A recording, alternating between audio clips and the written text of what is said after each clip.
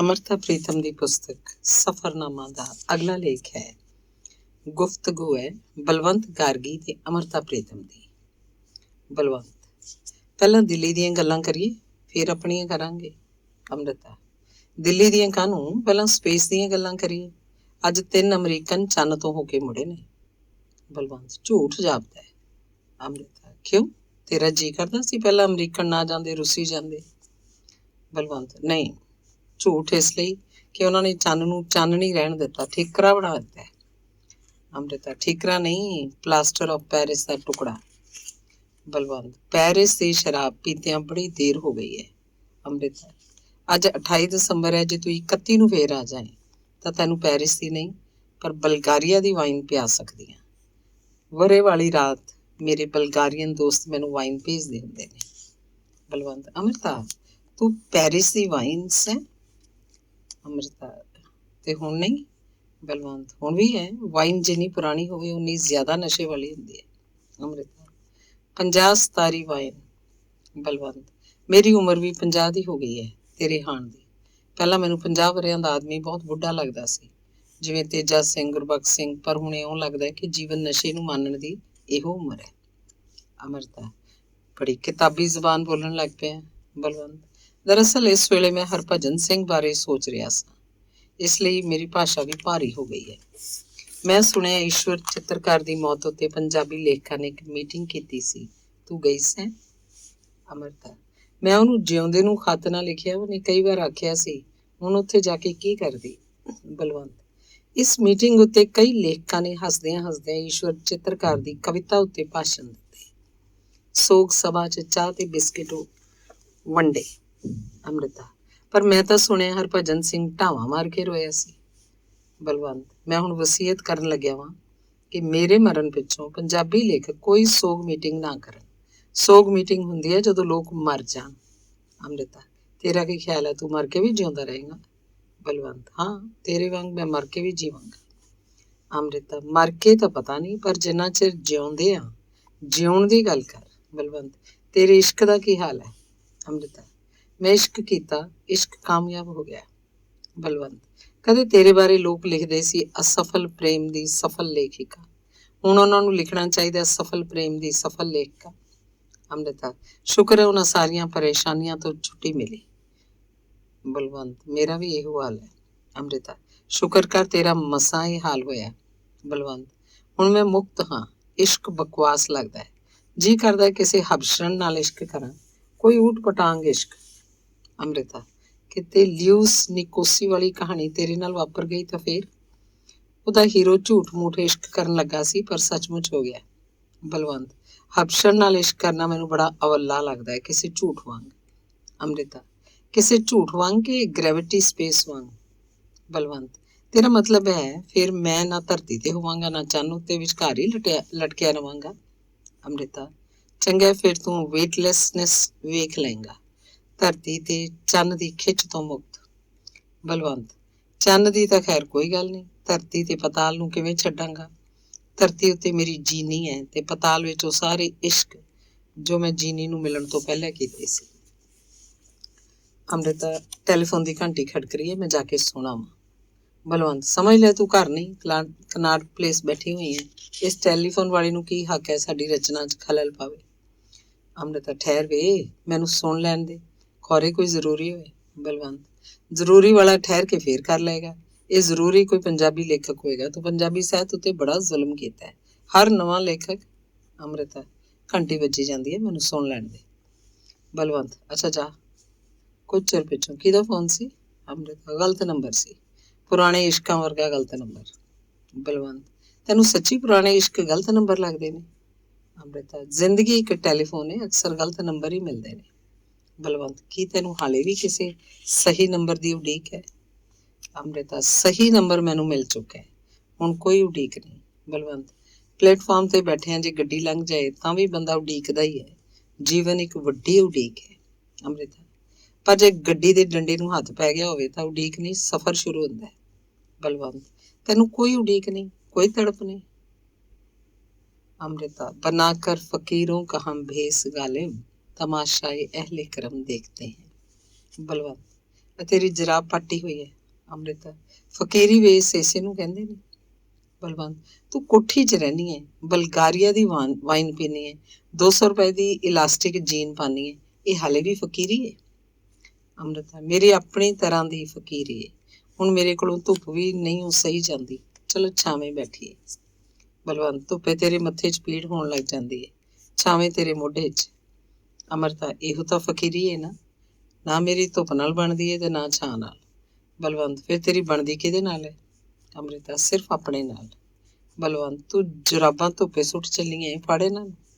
ਅੰਮ੍ਰਿਤਾ, ਵਿਚਾਰੀਆਂ ਪਾਟੀਆਂ ਜਰਾਬਾਂ, ਇਹਨਾਂ ਨੂੰ ਕੀ ਪਤਾ ਕਿ ਖੁਆਰੇ ਕਦੀ ਇਹਨਾਂ ਦਾ ਬਲਵੰਤ ਨੇ ਸਾਹਿਤ ਵਿੱਚ ਜ਼ਿਕਰ ਲੈ ਆਉਣਾ। ਬਲਵੰਤ, ਹੁਣ ਇੱਕ ਚਾਹ ਦਾ ਪਿਆਲਾ ਤਾਂ ਬਣਾ ਕੇ ਪਿਆ ਦੇ। ਅੰਮ੍ਰਿਤਾ, ਕੇਤਲੀ ਦਾ ਢੱਕਣ ਟੁੱਟਾ ਹੋਇਆ, ਪਰ ਚਾਹ ਤੈਨੂੰ ਵਧੀਆ ਪਿਆਵਾਂਗੀ, ਸਭ ਤੋਂ ਮਹਿੰਗੀ ਚਾਹ, ਲੱਚੂ। ਮੇਰੀ ਫਕੀਰੀ ਇਹੋ ਜਿਹੀ ਹੈ। ਬਲਵੰਤ, ਚੱਲ ਆ ਰਲ ਕੇ ਇੱਕ ਆਰਟੀਕਲ ਲਿਖੀਏ। ਅੰਮ੍ਰਿਤਾ, ਮੈਂ ਤਾਂ ਗੱਲਾਂ ਕਰਕੇ ਜੇਬ 'ਚ ਪਾ ਲਈਆਂ ਨੇ, ਤੂੰ ਜੇਬ ਕਤਰ ਲੈ। ਬਲਵੰਤ, ਫਰਾਂਸ ਤੇ ਯਾਨੀ ਨੇ ਚੋਰ ਦੀ ਡਾਇਰੀ ਲਿਖੀ ਸੀ, ਸਾਰਤਰ ਨੇ ਉਹਨੂੰ ਸੇਂਟ ਆਖਿਆ। ਯਾਨੀ ਫਰਾਂਸ ਦਾ ਸਭ ਤੋਂ ਵੱਡਾ ਜੇਬ ਕਤਰਾ ਸੀ, ਹੁਣ ਵਰਤਮਾਨ ਯੂਰਪ ਦਾ ਸਭ ਤੋਂ ਵੱਡਾ ਲੇਖਕ ਮੰਨਿਆ ਜਾਂਦਾ ਹੈ। ਅੰਮ੍ਰਿਤਾ, ਬਲਵੰਤ, ਅਸੀਂ ਸਾਰੇ ਜੇਬ ਕਤਰੇ ਹਾਂ, ਆਪਣੀਆਂ ਗੱਲਾਂ ਪਹਿਲੇ ਸਾਂਭ ਜੇਬਾਂ 'ਚ ਪਾਉਂਦੇ ਹਾਂ, ਫਿਰ ਆਪਣੀਆਂ ਹੀ ਜੇਬਾਂ ਕਤਰ ਲੈਂਦੇ ਹਾਂ। ਧੰਨਵਾਦ। ਅਗਲੀ ਗੁਫ਼ਤਗੂ ਹੈ ਮੋਹਨ ਸਿੰਘ ਅਮਰਤਾ ਪ੍ਰੀਤਮ। ਮੋਹਨ ਸਿੰਘ, ਅਮਰਤਾ ਜੀ, ਤੁਹਾਨੂੰ ਵੇਖ ਕੇ ਮੈਂ ਸੋਚਣ ਤੇ ਮਜਬੂਰ ਹੋ ਜਾਣਾ ਕਿ ਕਵੀ ਤੇ ਉਹਦੀ ਕਿਰਤ ਵਿੱਚ ਕਿਵੇਂ ਭੇਦ ਮਿਟ ਜਾਂਦਾ ਹੈ। ਪਿਛਲੇ 30 ਸਾਲਾਂ ਤੋਂ ਮੈਂ ਵੇਖਦਾ ਆ ਰਿਹਾ ਕਿ ਕਿਵੇਂ ਹੌਲੀ ਹੌਲੀ ਤੁਸੀਂ ਆਪਣੇ ਆਪ ਨੂੰ ਲਿਬਰੇਟ ਕਰਦੇ ਰਹੇ ਹੋ, ਤੇ ਇਸ ਲਿਬਰੇਸ਼ਨ ਦੇ ਨਾਲ ਨਾਲ ਹੀ ਉਸੇ ਮਾਤਰਾ 'ਚ ਤੁਹਾਡੀ ਕਲਾ ਦੀ ਲਿਬਰੇਸ਼ਨ ਵੀ ਹੁੰਦੀ ਗਈ ਹੈ। ਤੁਹਾਡੀ ਪਹਿਲੀ ਕਵਿਤਾ ਤੇ ਹੁਣ ਦੀ ਵੈਰਾਗ ਵਿੱਚ ਤੁਹਾਡੀ ਆਪਣੀ ਤੇ ਤੁਹਾਡੀ ਕਲਾ ਦੀ ਲੰਬੀ ਲਿਬਰੇਸ਼ਨ ਦੀ ਕਹਾਣੀ ਬੰਦ ਹੈ। ਕੀ ਮੈਨੂੰ ਹੀ ਲੱਗਦਾ ਹੈ ਕਿ ਤੁਸੀਂ ਵੀ ਕਦੀ ਇਹ ਅਨੁਭਵ ਕੀਤਾ ਹੈ? ਅਮਰਤਾ, ਮੋਹਨ ਸਿੰਘ ਜੀ, ਤੁਹਾਡਾ ਸਵਾਲ ਮੇਰੀ ਲਿਬਰੇਸ਼ਨ ਦੀ ਕਹਾਣੀ ਜਿੱਡਾ ਲੰਬਾ ਹੈ। ਜਵਾਬ ਜਿਉਣ ਲਈ ਉਮਰ ਚਾਹੀਦੀ ਹੈ, ਪਰ ਜਦੋਂ ਜਿਉ ਲਿਆ ਹੋਵੇ ਤਾਂ ਥੋੜ੍ਹੇ ਲਫ਼ਜ਼ ਹੀ ਬਥੇਰੇ ਹਨ। ਇਹ ਸਵੈ ਦੀ ਕੋਠੜੀ ਦਰ ਕੋਠੜੀ ਸੀ। ਮੈਂ ਇੱਕ ਇੱਕ ਭਿੱਤ ਖੋਲ੍ਹਦੀ ਰਹੀ, ਸੰਸਕਾਰਾਂ ਦੇ ਤੇ ਸਮਾਜਿਕ ਵਿਚਾਰਾਂ ਦੇ ਜੰਗਾਲੇ ਕੁਲਫ, ਕੁਝ ਟੁੱਟੇ, ਕੁਝ ਖੁੱਲ੍ਹੇ। ਮੋਹਨ ਸਿੰਘ, ਸੋ ਤੁਸੀਂ ਮੇਰੇ ਨਾਲ ਸਹਿਮਤ ਹੋ ਕਿ ਵਿਅਕਤੀ ਦੀ ਲਿਬਰੇਸ਼ਨ ਦੇ ਅਨੁਸਾਰ ਹੀ ਉਹਦੀ ਕਲਾ ਦੀ ਲਿਬਰੇਸ਼ਨ ਹੁੰਦੀ ਹੈ। ਮੈਂ ਅਜੇ ਆਪਣੇ ਆਪ ਨੂੰ ਪੂਰਨ ਭਾਂਤ ਲਿਬਰੇਟਿਡ ਨਹੀਂ ਸਮਝਦਾ। ਅੰਮ੍ਰਿਤਾ, ਪਰ ਇਹ ਅਵੇਅਰਨੈਸ ਤੁਹਾਡੀ ਕਮਾਈ ਹੈ। ਖਤਰਾ ਉੱਥੇ ਹੁੰਦਾ ਹੈ ਜਿੱਥੇ ਕਲਾਕਾਰ ਇਸ ਤੋਂ ਅਵੇਅਰ ਨਾ ਹੋਵੇ। ਮੋਹਨ ਸਿੰਘ, ਮੈਂ ਵਿਚਾਰਧਾਰਾ ਨੂੰ ਸਾਹਿਤ ਦੀ ਰੀੜ੍ਹ ਦੀ ਹੱਡੀ ਸਮਝਦਾ। ਕਲਾ ਇਹਦੇ ਦੁਆਲੇ ਲਹੂ ਮਾਸ ਦੇ ਨਾੜਾਂ ਵਾਂਗ ਲਿਪਟੀ ਹੁੰਦੀ ਹੈ। ਮੇਰੇ ਮਨ 'ਚ ਨਿਸ਼ਚਾ ਬੈਠਾ ਹੋਇਆ ਹੈ ਕਿ ਨਿਰੇ ਸ਼ਬਦ ਜਾਂ ਸ਼ਬਦਾਂ ਦੀ ਜਾਦੂਗਰੀ ਕਰਾਮਾਤ ਤਾਂ ਹੋ ਸਕਦੀ ਹੈ, ਤੇ ਪੰਜਾਬੀ ਦੇ ਕਾਵ ਖੇਤਰ 'ਚ ਕਰਾਮਾਤੀਆਂ ਦੀ ਘਾਟ ਨਹੀਂ, ਪਰ ਕਿਸੇ ਨਿੱਗਰ ਵਿਚਾਰਧਾਰਾ ਬਿਨਾਂ ਕੋਈ ਕਵੀ ਮੁਅੱਜ਼ਜ਼ਾ ਨਹੀਂ ਵਿਖਾ ਸਕਦਾ। ਭਾਵੇਂ ਇਸ ਨਿਸ਼ਚੇ ਦੇ ਬਾਵਜੂਦ ਵੀ ਮੈਂ ਸ਼ਾਇਦ ਕੋਈ ਵੱਡਾ ਮੁਅੱਜ਼ਜ਼ਾ ਨਹੀਂ ਵਿਖਾ ਸਕਿਆ। ਮੈਂ ਵੇਖਿਆ ਕਿ ਤੁਸੀਂ ਇਸ ਖੇਤਰ 'ਚ ਵੀ ਲਿਬਰੇਟਿਡ ਹੋ। ਮਿਸਾਲ ਦੇ ਤੌਰ 'ਤੇ ਚੈਕੋਸਲੋਵਾਕੀਆ ਦੇ ਸੰਬੰਧ ਵਿੱਚ ਤੁਸੀਂ ਪੂਰੀ ਨਿਡਰਤਾ ਨਾਲ ਰੂਸ ਦੇ ਇਸ ਕਦਮ ਦੀ ਆਲੋਚਨਾ ਕੀਤੀ ਹੈ, ਭਾਵੇਂ ਤੁਸੀਂ ਰੂਸ ਦੇ ਮੇਰੇ ਨਾਲੋਂ ਘੱਟ ਮਿੱਤਰ ਨਹੀਂ। ਅੰਮ੍ਰਿਤਾ, ਮਿੱਤਰ ਹਾਂ, ਇਸੇ ਲਈ ਆਲੋਚਨਾ ਦਾ ਹੱਕ ਲਿਆ ਹੈ। ਜਿੱਥੇ ਸੁਪਨੇ ਜੋੜੇ ਹੋਣ, ਸਿਰਫ ਉੱਥੇ ਕੋਈ ਊਣਤਾਈ ਦੁਖਾ ਜਾਂਦੀ ਹੈ। ਮੈਂ ਸਮਾਜਵਾਦੀ ਨੂੰ ਇਸ ਤੋਂ ਬਹੁਤ ਵਿਸ਼ਾਲ ਅਰਥਾਂ 'ਚ ਸੋਚਦੀ ਹਾਂ। ਮੇਰੀ ਰੀੜ੍ਹ ਦੀ ਹੱਡੀ 'ਚ ਇੱਕ ਡਿਸਕ ਥੋੜ੍ਹੀ ਜਿਹੀ ਥਾਂ ਤੋਂ ਹਿੱਲੀ ਹੋਈ ਹੈ, ਬਹੁਤ ਪੀੜ ਹੁੰਦੀ ਹੈ, ਪਰ ਸ਼ੁਕਰ ਹੈ ਕਿ ਮੇਰੀ ਵਿਚਾਰਧਾਰਾ ਦੀ ਰੀੜ੍ਹ ਸਾਬਤ ਹੈ, ਉੱਥੇ ਕੋਈ ਪੀੜ ਨਹੀਂ ਹੁੰਦੀ। ਮੋਹਨ ਸਿੰਘ, ਤੁਸੀਂ ਪੁੱਛੋਗੇ ਕਿ ਮੈਂ ਇੱਕ ਵਿਚਾਰਧਾਰਾ ਨਾਲ ਬੱਝ ਕੇ ਆਪਣੀ ਕਲਾ ਦੀ ਲਿਬਰੇਸ਼ਨ ਨੂੰ ਕਿਉਂ ਸੀਮਤ ਕਰ ਲਿਆ। ਇਹ ਗੱਲ ਮੈਂ ਆਪ ਵੀ ਕਈ ਵਾਰੀ ਸੋਚੀ ਹੈ, ਪਰ ਜਦ ਮੈਂ ਸੋਚਦਾ ਹਾਂ ਕਿ ਪਿਛਲੇ 30 ਸਾਲਾਂ 'ਚ ਇਸ ਵਿਚਾਰਧਾਰਾ ਨਾਲ ਬੱਝ ਕੇ ਮੈਂ ਕਿੰਨੀ ਵੱਡੀ ਲਿਬਰੇਸ਼ਨ ਪ੍ਰਾਪਤ ਕੀਤੀ ਹੈ, ਤੇ ਇੱਕ ਥੋੜ੍ਹੇ ਹੋਏ ਬੰਦੇ ਵਾਂਗ ਮੈਂ ਇਹਨੂੰ ਹੋਰ ਵੀ ਘੁੱਟ ਕੇ ਪਕੜ ਲੈਂਦਾ। ਮੇਰਾ ਮਤ ਹੈ ਕਿ ਸੱਚ ਸਭ ਤੋਂ ਵੱਡੀ ਚੀਜ਼ ਹੈ, ਪਰ ਸੱਚ ਸਦਾ ਪਾਰਟੀਜ਼ਨ ਧੜੇਬਾਜ਼ ਹੁੰਦਾ ਹੈ। ਜਿਹਨੇ ਸੱਚ ਦੇ ਪਿੱਛੇ ਤੁਰਨਾ ਹੈ, ਉਹਨੂੰ ਇਹ ਚੋਣ ਕਰਨੀ ਹੀ ਪਏਗੀ ਕਿ ਮੈਂ ਕਿੱਧਰ ਜਾਣਾ ਹੈ, ਕਿਹੜਾ ਪਾਸਾ ਸੱਚ ਹੈ। ਅਮਰਤਾ, ਸੋ 3 ਪੜਾਅ ਤੋਂ ਬਾਅਦ ਇਹ ਤੁਹਾਡਾ ਚੌਥਾ ਪੜਾਅ ਹੈ। ਮੈਂ ਨਹੀਂ ਕਹਿੰਦੀ ਕਿ ਜ਼ਰੂਰੀ ਨਹੀਂ, ਕਿ ਸਿਰਫ ਇਹ ਆਖਦੀ ਹਾਂ ਕਿ ਪੰਜਾਬੀ ਸਾਹਿਤ ਹੁਣ ਤੁਹਾਡੇ 5ਵੇਂ ਪੜਾਅ ਨੂੰ ਉਡੀਕ ਰਿਹਾ। ਮੋਹਨ ਸਿੰਘ, ਤੁਹਾਡੀ ਟਿੱਪਣੀ ਬੜੀ ਆਸ਼ਾਜਨਕ ਹੈ। ਇਹਦਾ ਭਾਵ ਮੈਂ ਇਹ ਸਮਝਦਾ ਕਿ ਮੇਰੀ ਕਲਾ ਇੱਕ ਜੀਵਤ ਵਸਤੂ ਵਾਂਗ ਅੱਗੇ ਵਧ ਰਹੀ ਹੈ ਤੇ 5ਵੇਂ ਪੜਾਅ 'ਚ ਪ੍ਰਵੇਸ਼ ਕਰਨ ਦੀ ਸੰਭਾਵਨਾ ਰੱਖਦੀ ਹੈ। ਪਰ ਅੰਮ੍ਰਿਤਾ ਜੀ ਇਹਦੀ ਕੀ ਗਰੰਟੀ ਹੈ ਕਿ 5ਵੇਂ ਪੜਾਅ ਦੇ ਮਗਰੋਂ ਨਵੇਂ ਪੜਾਅ ਸਾਹਮਣੇ ਨਹੀਂ ਆ ਜਾਣਗੇ। ਕਲਾ ਇੱਕ ਪਹਾੜੀ ਯਾਤਰਾ ਵਾਂਗ ਹੈ। ਇੱਕ ਚੋਟੀ ਨੂੰ ਟੱਪ ਕੇ ਜਦ ਨਵੀਂ ਵਾਦੀ 'ਚ ਦਾਖਲ ਹੋਈਦਾ ਹੈ ਤਾਂ ਇੱਕ ਹੋਰ ਉਸ ਤੋਂ ਵੀ ਵੱਡੀ ਚੋਟੀ ਸਾਹਮਣੇ ਉੱਭਰ ਆਉਂਦੀ ਹੈ। ਅੰਮ੍ਰਿਤਾ ਪਹਾੜੀ ਯਾਤਰਾ ਤੋਂ ਵੀ ਵੱਧ ਉਹਦੀਆਂ ਚੋਟੀਆਂ 'ਚੋਂ ਆਖਰ ਕੋਈ ਇੱਕ ਚੋਟੀ ਆਖਰੀ ਹੋ ਸਕਦੀ ਹੈ, ਪਰ ਕਲਾ 'ਚ ਕੋਈ ਵੀ ਆਖਰੀ ਨਹੀਂ। ਮੋਹਨ ਸਿੰਘ ਵਿਚਾਰਧਾਰਾ ਨਾਲੋਂ ਅੱਡ ਹੋਣ ਦੇ ਕੁਝ ਖਤਰੇ ਵੀ ਹਨ। ਮੈਂ ਅੱਜ ਕੱਲ੍ਹ ਨਵੇਂ ਕਵੀਆਂ ਨੂੰ ਇਹਨਾਂ ਖਤਰਿਆਂ 'ਚ ਉਲਝਦਾ ਵੇਖ ਰਿਹਾ। ਪੂਰਨ ਲਿਬਰੇਸ਼ਨ ਵਿਸ਼ੇਸ਼ ਕਰਕੇ ਕਲਾ ਦੇ ਖੇਤਰ 'ਚ ਤੁਹਾਨੂੰ ਅਰਾਜਕਤਾ ਵੱਲ ਲੈ ਜਾਂਦੀ ਹੈ। ਜੋ ਮਨ ਚਾਹੇ ਲਿਖ ਦਿਓ, ਨਿਸ਼ੰਕ ਹੋ ਕੇ ਲਿਖ ਦਿਓ, ਇੱਕ ਖਤਰਨਾਕ ਨਾਰਾ ਹੈ। ਜੋ ਕੁਝ ਨਿਮਨ ਚੇਤਨ ਵਿੱਚੋਂ ਨਿਕਲਦਾ ਹੈ ਉਹਨੂੰ ਉਸੇ ਤਰ੍ਹਾਂ ਲੋਕਾਂ ਦੇ ਸਾਹਮਣੇ ਰੱਖ ਦੇਣਾ ਕਲਾ ਨਹੀਂ। ਇਹ ਸਮੱਗਰੀ ਕੱਚੀ ਧਾਤ ਵਾਂਗ ਹੁੰਦੀ ਹੈ। ਲੱਗ ਲਪੇਟ ਸਮੇਤ ਕਲਾਕਾਰ ਇਹਨੂੰ ਸ਼ਬਦ ਦੀ ਸੱਚੀ ਟਕਸਾਲ 'ਚ ਘੜ ਕੇ ਹੀ ਪੇਸ਼ ਕਰਦਾ ਹੈ, ਤਾਂ ਹੀ ਤਾਂ ਉਹ ਕੰਚਨਵਤ ਚਮਕਦਾ ਹੈ। ਅੰਮ੍ਰਿਤਾ ਮੈਂ ਸਹਿਮਤ ਹਾਂ, ਪਰ ਪਹਿਲੀ ਗੱਲ ਤਾਂ ਇਹ ਹੈ ਕਿ ਜੋ ਮਨ ਵਿੱਚ ਆਏ ਤੋਂ ਪਹਿਲਾ ਸਵਾਲ ਉੱਠਦਾ ਹੈ, ਕਿਹੜਾ ਮਨ, ਕਿਹੋ ਜਿਹਾ, ਜ਼ਿੰਦਗੀ ਦੇ ਗਿਆਨ ਨਾਲ ਕਿੰਨਾ ਕੁ ਭਿੱਜਿਆ ਸਿੱਜਿਆ। ਤੇ ਫਿਰ ਸਵਾਲ ਉੱਠਦਾ ਹੈ, ਲੋਕ ਕਿਹੜੇ ਲੋਕ? ਸੋਚਾਂ ਨਾਲ ਸਾਵੇਂ ਉਤਰਦੇ ਲੋਕ ਕਿ ਇੱਕ ਤਰ੍ਹਾਂ ਦੇ ਹਨੇਰੇ ਨਾਲ ਆਦੀ ਚਾਨਣ ਦੀ ਹਰ ਲੇਖ ਤੋਂ ਚੁੰਧਿਆਏ ਤੇ ਘਬਰਾਉਂਦੇ ਲੋਕ। ਤੇ ਫਿਰ ਅਖੀਰ ਵਿੱਚ ਕਿਰਤ ਦੀ ਕਲਾ ਦੇ ਅਮਲ ਵਿੱਚੋਂ ਲੰਘਣ ਵਾਲੀ ਲੋੜ। ਮੋਹਨ ਸਿੰਘ ਮੈਂ ਇਹ ਵੀ ਵੇਖਿਆ ਹੈ ਕਿ ਜੋ ਵਿਅਕਤੀ ਬੁਨਿਆਦੀ ਤੌਰ ਤੇ ਕਲਾਕਾਰ ਹੈ ਉਹ ਤਾਂ ਹਰ ਨਵੀਂ ਸਾਹਿਤਕ ਲਹਿਰ ਤੋਂ ਲੋੜ ਅਨੁਸਾਰ ਲਾਭ ਉਠਾ ਲੈਂਦਾ ਹੈ, ਪਰ ਜੋ ਅਖੌਤੀ ਕਲਾਕਾਰ ਹੁੰਦੇ ਹਨ, ਭਾਵੇਂ ਉਹ ਕਿਸੇ ਨਵੀਂ ਸਾਹਿਤਕ ਲਹਿਰ ਦੇ ਮੋਢੀ ਹੀ ਕਿਉਂ ਨਾ ਹੋਣ, ਉੱਚੀ ਕਲਾ ਪੈਦਾ ਨਹੀਂ ਕਰ ਸਕਦੇ। ਅੱਜ ਤੋਂ 30 ਸਾਲ ਪਹਿਲਾਂ ਕਾਵਿ ਰੂਪ ਦੀ ਕੈਦ ਦੇ ਵਿਰੁੱਧ ਅੰਦੋਲਨ ਹੋਇਆ ਸੀ। ਬੜੇ ਲੋਕਾਂ ਨੇ ਮੁਕਤ ਕਾਵਿ ਦੇ ਤਜਰਬੇ ਕੀਤੇ, ਪਰ ਸਫਲ ਕੇਵਲ ਪੂਰਨ ਸਿੰਘ ਹੀ ਹੋਇਆ। ਕੁਝ ਸਾਲ ਹੋਏ ਪ੍ਰਯੋਗਵਾਦ ਦੀ ਲਹਿਰ ਚੱਲੀ। ਇਸ ਦੇ ਸੰਚਾਲਕ ਕੋਈ ਜਿਉਣ ਜੋਗੀ ਰਚਨਾ ਪੈਦਾ ਨਾ ਕਰ ਸਕੇ। ਉਹਨਾਂ ਦੀ ਕਵਿਤਾ ਮਾਨਸਿਕ ਬਾਜ਼ੀਗਰੀ ਤੋਂ ਅੱਗੇ ਨਾ ਗਈ, ਮੈਂਟਲ ਜਿਮਨਾਸਟਿਕ।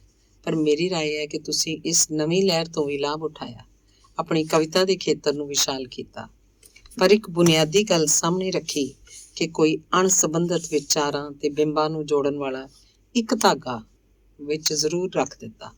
ਜਿਵੇਂ ਤੁਹਾਡੀ ਫੈਮਿਲੀ ਫੋਟੋਗ੍ਰਾਫ ਲਈ ਵਾਲੀ ਕਵਿਤਾ ਹੈ, ਮੋਮਬੱਤੀ ਵਿੱਚੋਂ ਧਾਗਾ ਕੱਢ ਲਓ, ਉਹ ਪਈ ਹੋਈ ਸੋਹਣੀ ਲੱਗੇਗੀ ਪਰ ਬਲੇਗੀ ਨਹੀਂ। ਉਹਨਾਂ ਦੀ ਪ੍ਰਯੋਗਵਾਦੀ ਕਵਿਤਾ ਬਿਨਾਂ ਧਾਗੇ ਦੀ ਮੋਮਬੱਤੀ ਸੀ।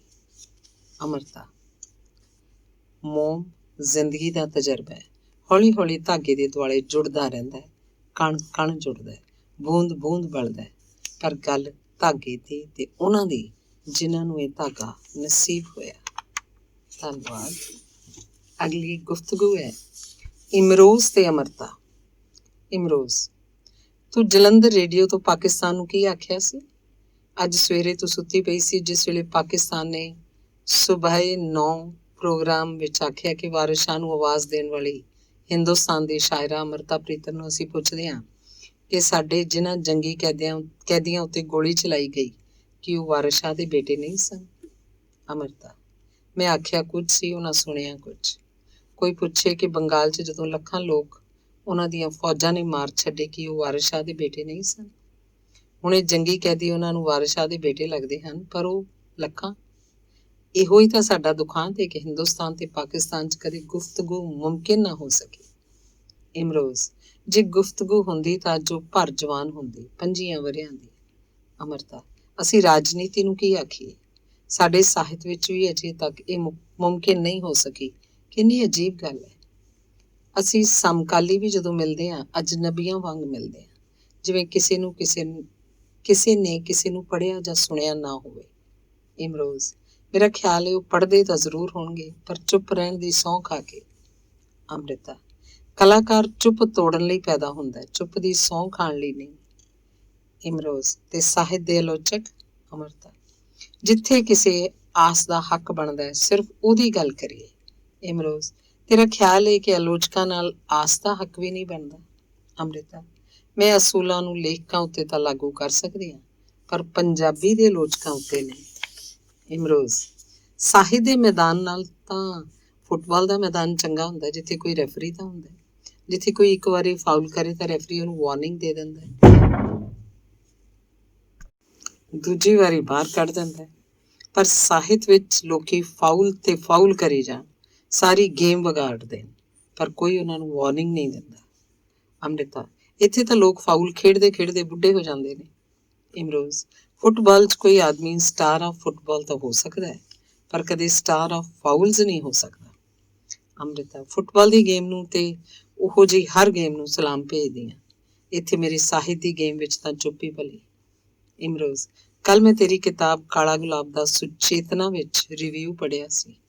ਜਾਪਿਆ ਕਿ ਗੱਲ ਦਾ ਖੁਰਾ ਲੱਭਣ ਦੀ ਥਾਂ ਉਹ ਨਾਵਾਂ ਦਾ ਖੁਰਾ ਲੱਭਦਾ ਰਿਹਾ। ਤੂੰ ਉਹਦੇ 'ਚ ਕਿਸੇ ਦਾ ਨਾਂ ਨਹੀਂ ਸੀ ਲਿਖਿਆ ਹੋਇਆ, ਇਸ ਲਈ ਉਹਨੇ ਫੜ ਕੇ ਸਾਰੀ ਕਿਤਾਬ ਨਿੰਦ ਦਿੱਤੀ। ਅੰਮ੍ਰਿਤਾ, ਨਾਵਾਂ ਦੀ ਦਿਲਚਸਪੀ ਕਿਸੇ ਤਮਾਸ਼ਬੀਨ ਨੂੰ ਹੋ ਸਕਦੀ ਹੈ, ਕਿਸੇ ਚਿੰਤਕ ਨੂੰ ਨਹੀਂ। ਇਮਰੋਜ਼, ਤੂੰ ਜਦੋਂ ਮਰ ਜਾਏਂਗੀ ਤਾਂ।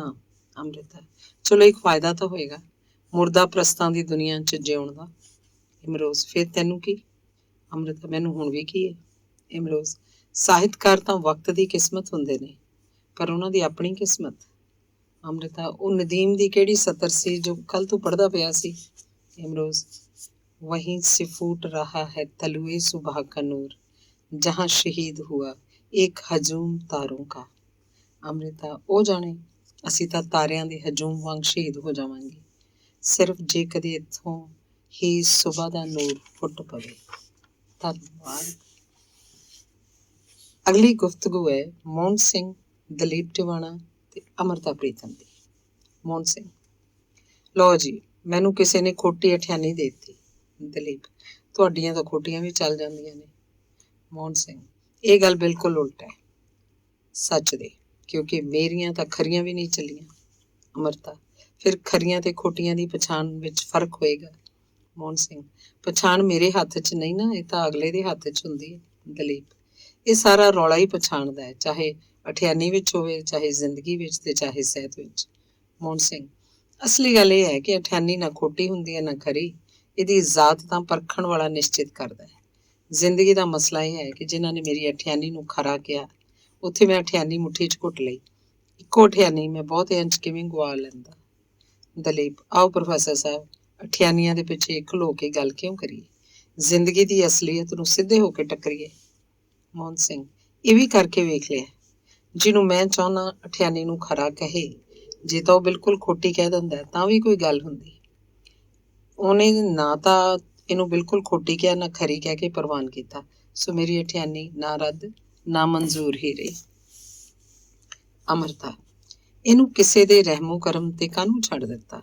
ਮੋਹਨ ਸਿੰਘ, ਜਿਹਦੀ ਮੈਂ ਗੱਲ ਕਰਦਾ ਉਹ ਕਿਸੇ ਨਹੀਂ। ਦਲੀਪ, ਜੇ ਉਹ ਕਿਸੇ ਨਹੀਂ ਤਾਂ ਫੈਸਲਾ ਉਸ ਕੋਲੋਂ ਕਰਵਾਇਆ ਹੀ ਕਿਉਂ? ਉਹਦਾ ਫੈਸਲਾ ਵੀ ਆਪ ਹੀ ਕਰ ਲੈਣਾ ਸੀ ਤੇ ਆਖਣਾ ਸੀ, ਆਹ ਚੱਕੋ ਸਾਡੀ ਖਰੀ ਅਠਿਆਨੀ। ਮੋਹਨ ਸਿੰਘ, ਮੇਰਾ ਤਜਰਬਾ ਹੈ ਕਿ ਕਿਸੇ ਕੋਲੋਂ ਕੁਝ ਮੰਗਣਾ ਆਸਾਨ ਹੈ, ਕਿਸੇ ਨੂੰ ਕੁਝ ਦੇਣਾ ਔਖਾ ਹੈ। ਦੇਣ ਦੀ ਤੀਬਰ ਇੱਛਾ ਦੇ ਬਾਵਜੂਦ ਵੀ ਆਤਮ ਸਮਰਪਣ ਇਕੱਲਾ ਆਦਮੀ ਕਿਵੇਂ ਕਰੇ। ਅੰਮ੍ਰਿਤਾ, ਸੋ ਉਹ ਕਿਸੇ ਸੀ, ਇਹ ਤਾਂ ਤੁਸੀਂ ਮੰਨ ਗਏ। ਮੋਹਨ ਸਿੰਘ, ਮੇਰੀ ਕਿਸੇ ਦੀ ਸ਼੍ਰੇਣੀ ਤੋਂ ਤਾਂ ਸੀ। ਮੁਸ਼ਕਿਲ ਇਹ ਸੀ ਕਿ ਮੇਰੇ ਕੋਲ ਸਿਰਫ ਅਠਿਆਨੀ ਸੀ, ਉੱਥੇ ਤਾਂ ਉਹਨੂੰ ਲੋਕ ਸਾਬਤੇ ਰੁਪਈਏ ਭੇਟਾ ਕਰਨ ਨੂੰ ਤਿਆਰ ਖੜੇ ਸੀ। ਦਲੀਪ, ਤੇ ਫਿਰ ਤੁਹਾਨੂੰ ਆਪਣੀ ਅਠਿਆਨੀ ਬੋਝੇ 'ਚ ਪਾ ਕੇ ਮੁੜਨ ਦਾ ਚੰਗਾ ਮੌਕਾ ਹੱਥ ਲੱਗ ਗਿਆ। ਅਮਰਤਾ, ਸੋ ਅਠਿਆਨੀ ਤਾਂ ਅਜੇ ਵੀ ਸਾਂਭੀ ਸਿਕਰੀ ਤੁਹਾਡੇ ਕੋਲ ਹੋਏਗੀ। ਦਲੀਪ, ਪਰ ਮੁਸ਼ਕਿਲ ਇਹ ਹੈ ਕਿ ਉਹ ਅਠਿਆਨੀਆਂ ਹੁਣ ਚੱਲਣੋਂ ਹਟ ਗਈਆਂ। ਅੰਮ੍ਰਿਤਾ, ਅਠਿਆਨੀ ਉੱਤੇ ਮਲਕਾ ਦੀ ਤਸਵੀਰ ਬਦਲ ਲਓ, ਹੁਣ ਵੀ ਚੱਲ ਜਾਏਗੀ।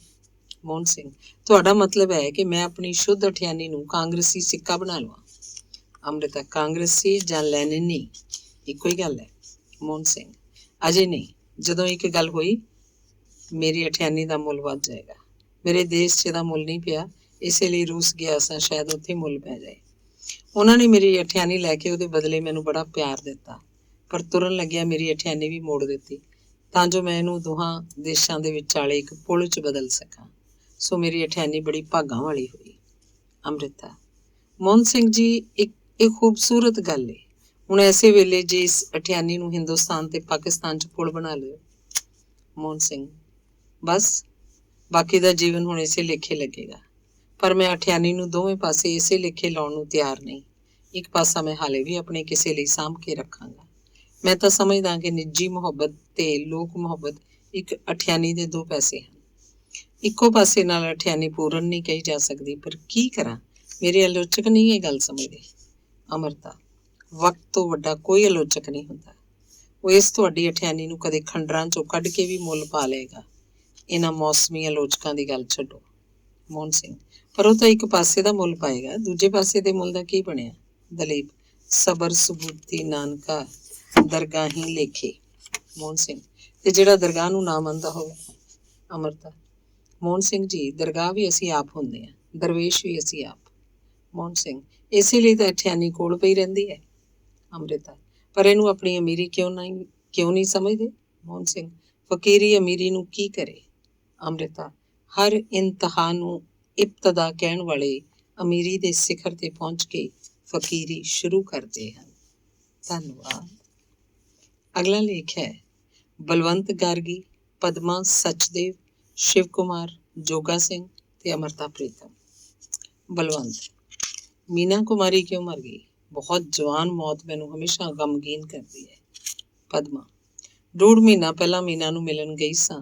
ਲਤਾ ਦੀਦੀ ਨਾਲ ਗਈ ਸੀ। ਲਤਾ ਮੰਗੇਸ਼ਕਰ ਦਾ ਨਾਂ ਸੁਣ ਕੇ ਉਹ ਮੀਨਾ ਛੇਤੀ ਨਾਲ ਬਾਹਰ ਆਈ ਮਿਲਣ ਲਈ। ਅਸੀਂ ਡਰਾਇੰਗ ਰੂਮ 'ਚ ਤਿੰਨੇ ਬਹਿ ਗਈਆਂ ਤਾਂ ਸਾਹਮਣੇ ਬਾਰੀ ਵਿੱਚੋਂ ਮੇਰਾ ਧਿਆਨ ਡੁੱਬਦੇ ਸੂਰਜ ਵੱਲ ਗਿਆ।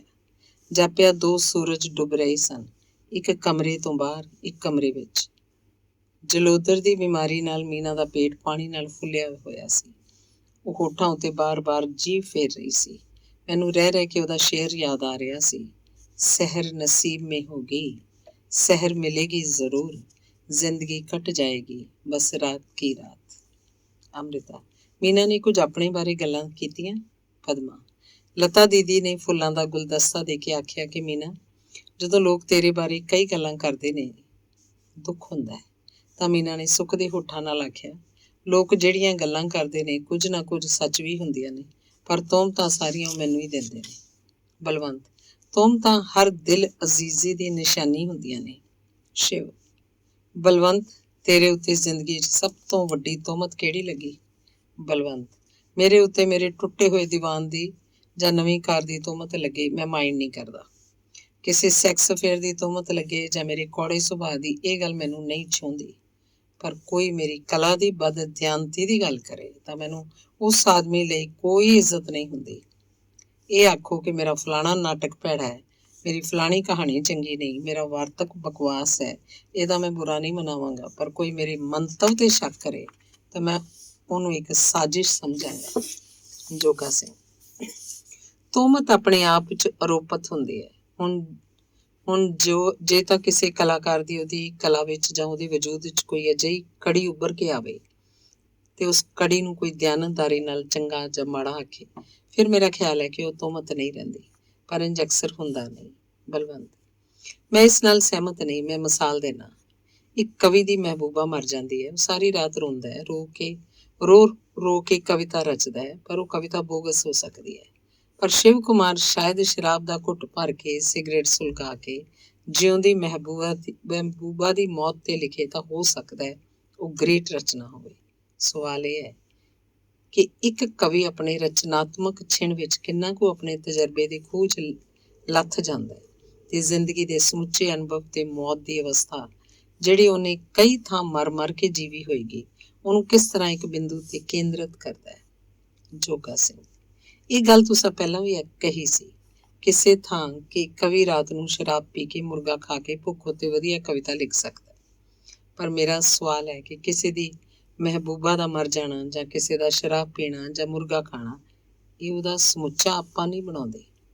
ਸ਼ਿਵ, ਬਲਵੰਤ ਦੀ ਗੱਲ ਦਾ ਇਹ ਮਤਲਬ ਨਹੀਂ ਕਿ ਮੁਰਗਾ ਖਾ ਕੇ ਲਿਖੋ। ਇਹਦਾ ਮਤਲਬ ਇਹ ਹੈ ਜਿਵੇਂ ਕੋਈ KL ਸਹਿਗਲ ਨੂੰ ਆਖੇ ਕਿ ਕੋਈ ਗਮ ਦਾ ਗੀਤ ਸੁਣਾ, ਉਹ ਸ਼ਰਾਬ ਪੀ ਕੇ ਬਹੁਤ ਵਧੀਆ ਗਾਏਗਾ ਤੇ ਲੋਕਾਂ ਨੂੰ ਗਮ ਵਿੱਚ ਡੁਬੋ ਦੇਵੇਗਾ। ਪਰ ਦੂਜੇ ਪਾਸੇ ਕਿਸੇ ਸਧਾਰਨ ਗਵਈਏ ਦੀ ਮਾਂ ਮਰ ਜਾਏ, ਉਹ ਰੋ ਕੇ ਗਾਵੇ ਤਾਂ ਸ਼ਾਇਦ ਲੋਕ ਹਾਸੀ ਪੈਣ। ਉਹਦਾ ਮਤਲਬ ਸਿਰਫ ਇੰਨਾ ਹੈ ਕਿ ਸਾਧੂ ਨਾਮ ਸਾਧਨਾ ਦਾ ਹੈ। ਜੋਗਾ ਸਿੰਘ, ਮੈਂ ਜਿਹੜੀ ਗੱਲ ਕਰ ਰਿਹਾ ਸੀ ਉਹ ਇਹ ਹੈ ਕਿ ਪਾਠਕ ਨੇ ਰਚਨਾ ਤੋਂ ਰਚਨਾਕਾਰ ਤੱਕ ਜਾਣਾ ਹੁੰਦਾ ਹੈ ਤੇ ਲੇਖਕ ਆਪਣੀ ਜ਼ਿੰਦਗੀ 'ਚ ਨਿੱਜੀ ਤੌਰ ਤੇ ਜੋ ਵੀ ਕਰਦਾ ਹੈ ਉਹਦਾ ਪਾਠਕ ਨਾਲ ਕੋਈ ਸੰਬੰਧ ਨਹੀਂ। ਪਰ ਰਚਨਾ ਵਿੱਚ ਜਿਸ ਪਲ ਨੂੰ, ਜਿਸ ਘਟਨਾ ਨੂੰ ਜਾਂ ਜਿਸ ਅਨੁਭਵ ਨੂੰ ਉਹ ਬਿਆਨ ਕਰਦਾ ਹੈ, ਉਹਦਾ ਅਸਲ ਆਪਾ ਉਸ ਵਿੱਚ ਉਗੜ ਕੇ ਆਉਂਦਾ ਹੈ। ਸ਼ਿਵ, ਮੈਂ ਸਾਰੀ ਉਮਰ ਸ਼ਰਾਬ ਪੀਤੀ, ਸ਼ਰਾਬ ਉੱਤੇ ਕੋਈ ਸ਼ੇਰ ਨਹੀਂ ਕਿਹਾ। ਬਲਵੰਤ, ਤੂੰ ਕੁਝ ਸ਼ੇਰ ਸ਼ਰਾਬ ਤੇ ਲਿਖੇ ਹਨ ਤੇ ਉਹ ਘਟੀਆ। ਸ਼ਿਵ, ਮੈਂ ਇੱਕੋ ਸ਼ੇਰ ਲਿਖਿਆ ਸੀ, ਉਹ ਘਟੀਆ ਸੀ। ਜੋਗਾ ਸਿੰਘ, ਤੂੰ ਸਾਰੀ ਉਮਰ ਸ਼ਰਾਬ ਪੀ ਕੇ ਲਿਖਿਆ ਹੈ, ਮੰਨ ਲਿਆ, ਪਰ ਕੀ ਤੇਰਾ ਅਨੁਭਵ ਸਿਰਫ ਸ਼ਰਾਬ ਦੇ ਲਫ਼ਜ਼ਾਂ ਤੱਕ ਸੀਮਤ ਹੈ? ਬਲਵੰਤ, ਮੈਂ ਸਾਰੀ ਉਮਰ ਚਾਹ ਪੀਤੀ ਹੈ, ਚਾਹ ਪੀ ਕੇ ਲਿਖਿਆ ਹੈ, ਕੀ ਮੇਰਾ ਤਜਰਬਾ ਸਿਰਫ ਚਾਹ? ਜੋਗਾ ਸਿੰਘ ਜੀ, ਜ਼ਰਾ ਆਪਣਾ ਸਵਾਲ ਠੀਕ ਕਰੋ। ਜੋਗਾ ਸਿੰਘ, ਮੇਰਾ ਖਿਆਲ ਹੈ ਤੁਸੀਂ ਸਵਾਲ ਦੀ ਥਾਂ ਜਵਾਬ ਹੀ ਦੇ ਦਿੱਤਾ ਹੈ। ਪਦਮਾ, ਮੈਨੂੰ ਸਿਗਰਟਾਂ ਦੀ ਬੂ ਚੜ੍ਹਦੀ ਹੈ, ਤੁਸੀਂ ਸਿਗਰਟਾਂ ਪੀਣ ਵਾਲੇ ਇੱਕ ਪਾਸੇ ਬੈਠ ਜਾਓ। ਸ਼ਿਵ, ਜੰਮੂ ਦਾ ਸਾਰਾ ਕਲਚਰ ਤਮਾਕੂ ਨਾਲ ਭਰਿਆ ਹੋਇਆ ਹੈ। ਪਦਮਾ ਜੀ, ਤੁਸੀਂ ਡੋਗਰੀ ਜ਼ਬਾਨ ਦੀ ਸ਼ਾਇਰਾ ਹੋ। ਡੋਗਰੀ ਤੀਵੀਆਂ ਤੇ ਰਾਣੀਆਂ ਤਾਂ ਹੁੱਕੇ ਪੀਂਦੀਆਂ ਹਨ।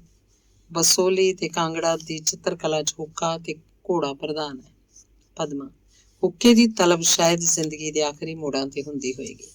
ਸ਼ਿਵ, ਮੇਰਾ ਖਿਆਲ ਹੈ ਕਿ ਪਹਿਲੇ ਮੋੜਾਂ ਤੇ ਹੁੰਦੀ ਹੈ, ਬੁੱਢੇ ਹੋ ਕੇ ਤਾਂ ਇੱਕ ਲਾਪਾ ਕੱਟਣ ਵਾਲੀ ਗੱਲ ਹੈ, ਜਵਾਨੀ ਵਿੱਚ ਤਾਂ ਖੂਨ ਫੂਕਣ ਵਾਲੀ। ਜੋਗਾ ਸਿੰਘ, ਕਲਾਕਾਰ ਦੀ ਤਾਂ ਇਹ ਹੋਣੀ ਹੈ ਕਿ ਚਾਹੇ ਜਵਾਨੀ ਹੋਵੇ ਚਾਹੇ ਬੁਢਾਪਾ, ਖੂਨ ਫੂਕਣ ਲਈ ਕਿਸੇ ਨਾ ਕਿਸੇ ਹੁੱਕੇ ਦੀ ਲੋੜ ਤਾਂ ਹੁੰਦੀ ਹੈ। ਅਮਰਤਾ, ਪਰ ਕੁਝ ਸਾਡੇ ਸਮਕਾਲੀ ਖਾਮਖਾ ਆਪਣਾ ਖੂਨ ਫੂਕਦੇ ਪਏ ਨੇ। ਕਿਧਰੇ ਪੇਪਰ ਪੜ੍ਹਨਾ ਹੋਵੇ, ਸਾਰਿਆਂ ਦੀ ਨਿੰਦਿਆ ਕਰਨ 'ਚ ਖੌਰੇ ਆਪਣਾ ਕਿੰਨਾ ਖੂਨ ਫੂਕ ਛੱਡਦੇ ਨੇ। ਬਲਵੰਤ, ਸਾਡੇ ਆਲੋਚਕ ਘੱਟ ਹਨ, ਨਿੰਦਕ ਬਹੁਤੇ। ਆਲੋਚਨਾ ਕਰਨ ਲਈ ਆਪਣੇ ਆਪੇ ਤੋਂ ਬਾਹਰ ਜਾ ਕੇ ਕਿਸੇ ਦੂਸਰੇ ਦੀ ਰਚਨਾ ਨਾਲ ਆਈਡੈਂਟੀਫਿਕੇਸ਼ਨ ਦੀ ਲੋੜ ਹੈ ਤੇ ਖਾਸ ਕਿਸਮ ਦੀ ਰਚਨਾਤਮਕ ਹਮਦਰਦੀ ਸ਼ਬਦ ਠੀਕ ਨਹੀਂ, ਮੇਰਾ ਮਤਲਬ ਹੈ ਰੂਪ ਰਸ ਮਨਾਉਣ ਦੀ ਸ਼ਕਤੀ। ਕਈ ਤੀਵੀਆਂ ਹੁੰਦੀਆਂ ਹਨ, ਕਿਸੇ ਸੁੰਦਰੀ ਦੀ ਤਾਰੀਫ ਨਹੀਂ ਕਰਦੀਆਂ, ਇਸੇ ਤਰ੍ਹਾਂ ਆਪਣਾ ਕੋਝ ਲੁਕਾਉਣ ਦੀ ਕੋਸ਼ਿਸ਼ ਕਰਦੀਆਂ ਹਨ। ਮੈਂ ਇਸ ਲਈ ਬਚਿਆ ਹੋਇਆ ਕਿ ਮੈਂ ਨਾਟਕਕਾਰ ਹਾਂ ਤੇ ਬਹੁਤੇ ਆਲੋਚਕਾਂ ਨੇ ਮੈਨੂੰ ਨਾਟਕਕਾਰ ਕਹਿ ਕੇ ਪਾਸੇ ਰੱਖ ਛੱਡਿਆ। ਸ਼ਿਵ, ਪਰ ਮੈਂ ਸਮਝਦਾ ਕਿ ਨਿੰਦਿਆ ਵਿੱਚੋਂ ਉਪਜਿਆ ਰੋਹ ਤੁਹਾਨੂੰ ਕੁਝ ਹੋਰ ਮਹਾਨ ਰਚਨਾ ਲਈ ਉਕਸਾਉਂਦਾ ਹੈ, ਸ਼ਿੱਦਤ ਪੈਦਾ ਕਰਦਾ ਹੈ। ਬਲਵੰਤ, ਨਿੰਦਿਆ ਨਹੀਂ, ਬੇਰਹਿਮੀ ਵਾਲੀ ਸਾਰਥਕ ਆਲੋਚਨਾ। ਮਿਸਾਲ ਦੇ ਤੌਰ ਤੇ ਅਲਕਾਜ਼ੀ ਜਦੋਂ ਮੇਰੇ ਕਿਸੇ ਨਾਟਕ ਨੂੰ ਜੱਚਦਾ ਹੈ ਤੇ ਆਖਦਾ, ਬਲਵੰਤ ਤੇਰਾ ਇਹ ਨਾਟਕ ਬਹੁਤ ਕਮਜ਼ੋਰ ਹੈ, ਬਹੁਤ ਫਿੱਕਾ, ਬਹੁਤ ਹੀ ਗਹਿਰਾ, ਤੇ ਮੇਰੇ ਅੰਦਰ ਉਸ ਵੇਲੇ ਇੱਕ ਰੌਸ਼ਨੀ ਜਗਮਗ ਜਾਂਦੀ ਹੈ ਤੇ ਮੈਂ ਆਪਣੇ ਨਾਟਕ ਦੇ ਬੇਸ਼ੁਮਾਰ ਔਗਣ ਵੇਖਣ ਲੱਗ ਜਾਂਦਾ। ਇਸ ਲਈ ਕਿ ਅਸੀਂ ਦੋਵੇਂ ਇੱਕੋ ਵੇਵ ਲੈਂਥ ਉੱਪਰ ਗੱਲ ਕਰ ਰਹੇ ਹੁੰਦੇ ਹਾਂ। ਮੈਂ ਉਸ ਵੇਲੇ ਬੇਹੱਦ ਆਨੰਦ ਮਹਿਸੂਸ ਕਰਦਾ ਤੇ ਨਾਟਕ ਨੂੰ ਡੂੰਘਾ, ਉੱਚਾ ਤੇ ਬਹੁ ਪੱਧਰਾ ਕਰਨ ਦੀ ਸੋਚਦਾ। ਜਦੋਂ ਮੇਰੇ ਕਿਸੇ ਨਾਟਕ ਦੀ ਤਾਰੀਫ ਕਰਦਾ ਹੈ ਤਾਂ ਇਹਦਾ ਆਨੰਦ ਵੀ ਬਰਾਬਰ ਦਾ ਹੁੰਦਾ ਹੈ। ਨਿੰਦਕਾਂ ਤੇ ਜ਼ਾਹਿਲਾਂ ਦੀ ਆਲੋਚਨਾ ਮੈਨੂੰ ਉਦਾਸ ਕਰਦੀ ਹੈ। ਅਮਰਤਾ, ਉਦਾਸੀਆਂ ਬਹੁਤ ਭੁਗਤ ਰਹੇ ਹਾਂ, ਪਰ ਫਿਰ ਵੀ ਸੋਚਦੇ ਹਾਂ, ਪੰਜਾਬੀ 'ਚ ਜੇ ਬਹੁਤਿਆਂ ਵਿੱਚ ਨਹੀਂ ਤਾਂ ਕੁਝ ਕੁ ਲੋਕਾਂ ਵਿੱਚ ਕਦੇ ਇੱਕੋ ਵੇਵ ਲੈਂਥ ਤੇ ਗੁਫ਼ਤਗੂ ਹੋ ਸਕੇਗੀ। ਧੰਨਵਾਦ। ਅਗਲਾ ਲੇਖ ਹੈ ਗੁਫ਼ਤਗੂ, ਮੋਹਨ ਸਿੰਘ, ਅਤਰ ਸਿੰਘ ਤੇ ਅਮਰਤਾ ਪ੍ਰੀਤਮ। ਮੋਹਨ ਸਿੰਘ, 30 ਤਾਰੀਖ ਦਲੀਪ ਨੂੰ ਅਵਾਰਡ ਮਿਲ ਰਿਹਾ ਹੈ, ਮੈਂ ਬਹੁਤ ਖੁਸ਼ ਹਾਂ। ਅਤਰ ਸਿੰਘ, ਸਵਾਲ ਇਹ ਹੈ ਪ੍ਰੋਫੈਸਰ ਸਾਹਿਬ ਕਿ ਕਿਸੇ ਇੱਕ ਇੰਡੀਵਿਜੂਅਲ ਦੀ ਖੁਸ਼ੀ ਕੋਈ ਅਰਥ ਨਹੀਂ ਰੱਖਦੀ। ਕਿ ਸਾਡੇ 'ਚ ਲੇਖਕਾਂ ਦੇ ਤੌਰ ਤੇ ਇਹ ਜੇਰਾ ਹੈ ਕਿ ਕਿਸੇ ਨੂੰ ਸਨਮਾਨ ਮਿਲਦਾ ਵੇਖ ਕੇ ਅਸੀਂ ਸਾਰੇ ਜਰ ਸਕੀਏ। ਅਮਰਤਾ, ਦੂਸਰੀ ਗੱਲ ਇਹ ਕਿ ਮੂੰਹ ਤੇ ਮੁਬਾਰਕਾਂ ਦੇਣ ਵਾਲੇ ਪਿਛੋਕੰਡੀ ਲੋਕਾਂ ਵਿੱਚ ਜੋ ਕੁਝ ਆਖਦੇ ਨੇ ਇਹ ਉਹਨਾਂ ਦੀ ਆਪਣੇ ਨਾਲ ਕਿਹੋ ਜਿਹੀ ਇਮਾਨਦਾਰੀ ਹੈ। ਕਿਸੇ ਦੀ ਰਾਏ ਵੱਖਰੀ ਹੋ ਸਕਦੀ ਹੈ, ਪਰ ਮੂੰਹ ਉੱਤੇ ਵੀ ਉਹ ਹੋਣੀ ਚਾਹੀਦੀ ਹੈ ਜੋ ਪਿੱਠ ਪਿੱਛੇ।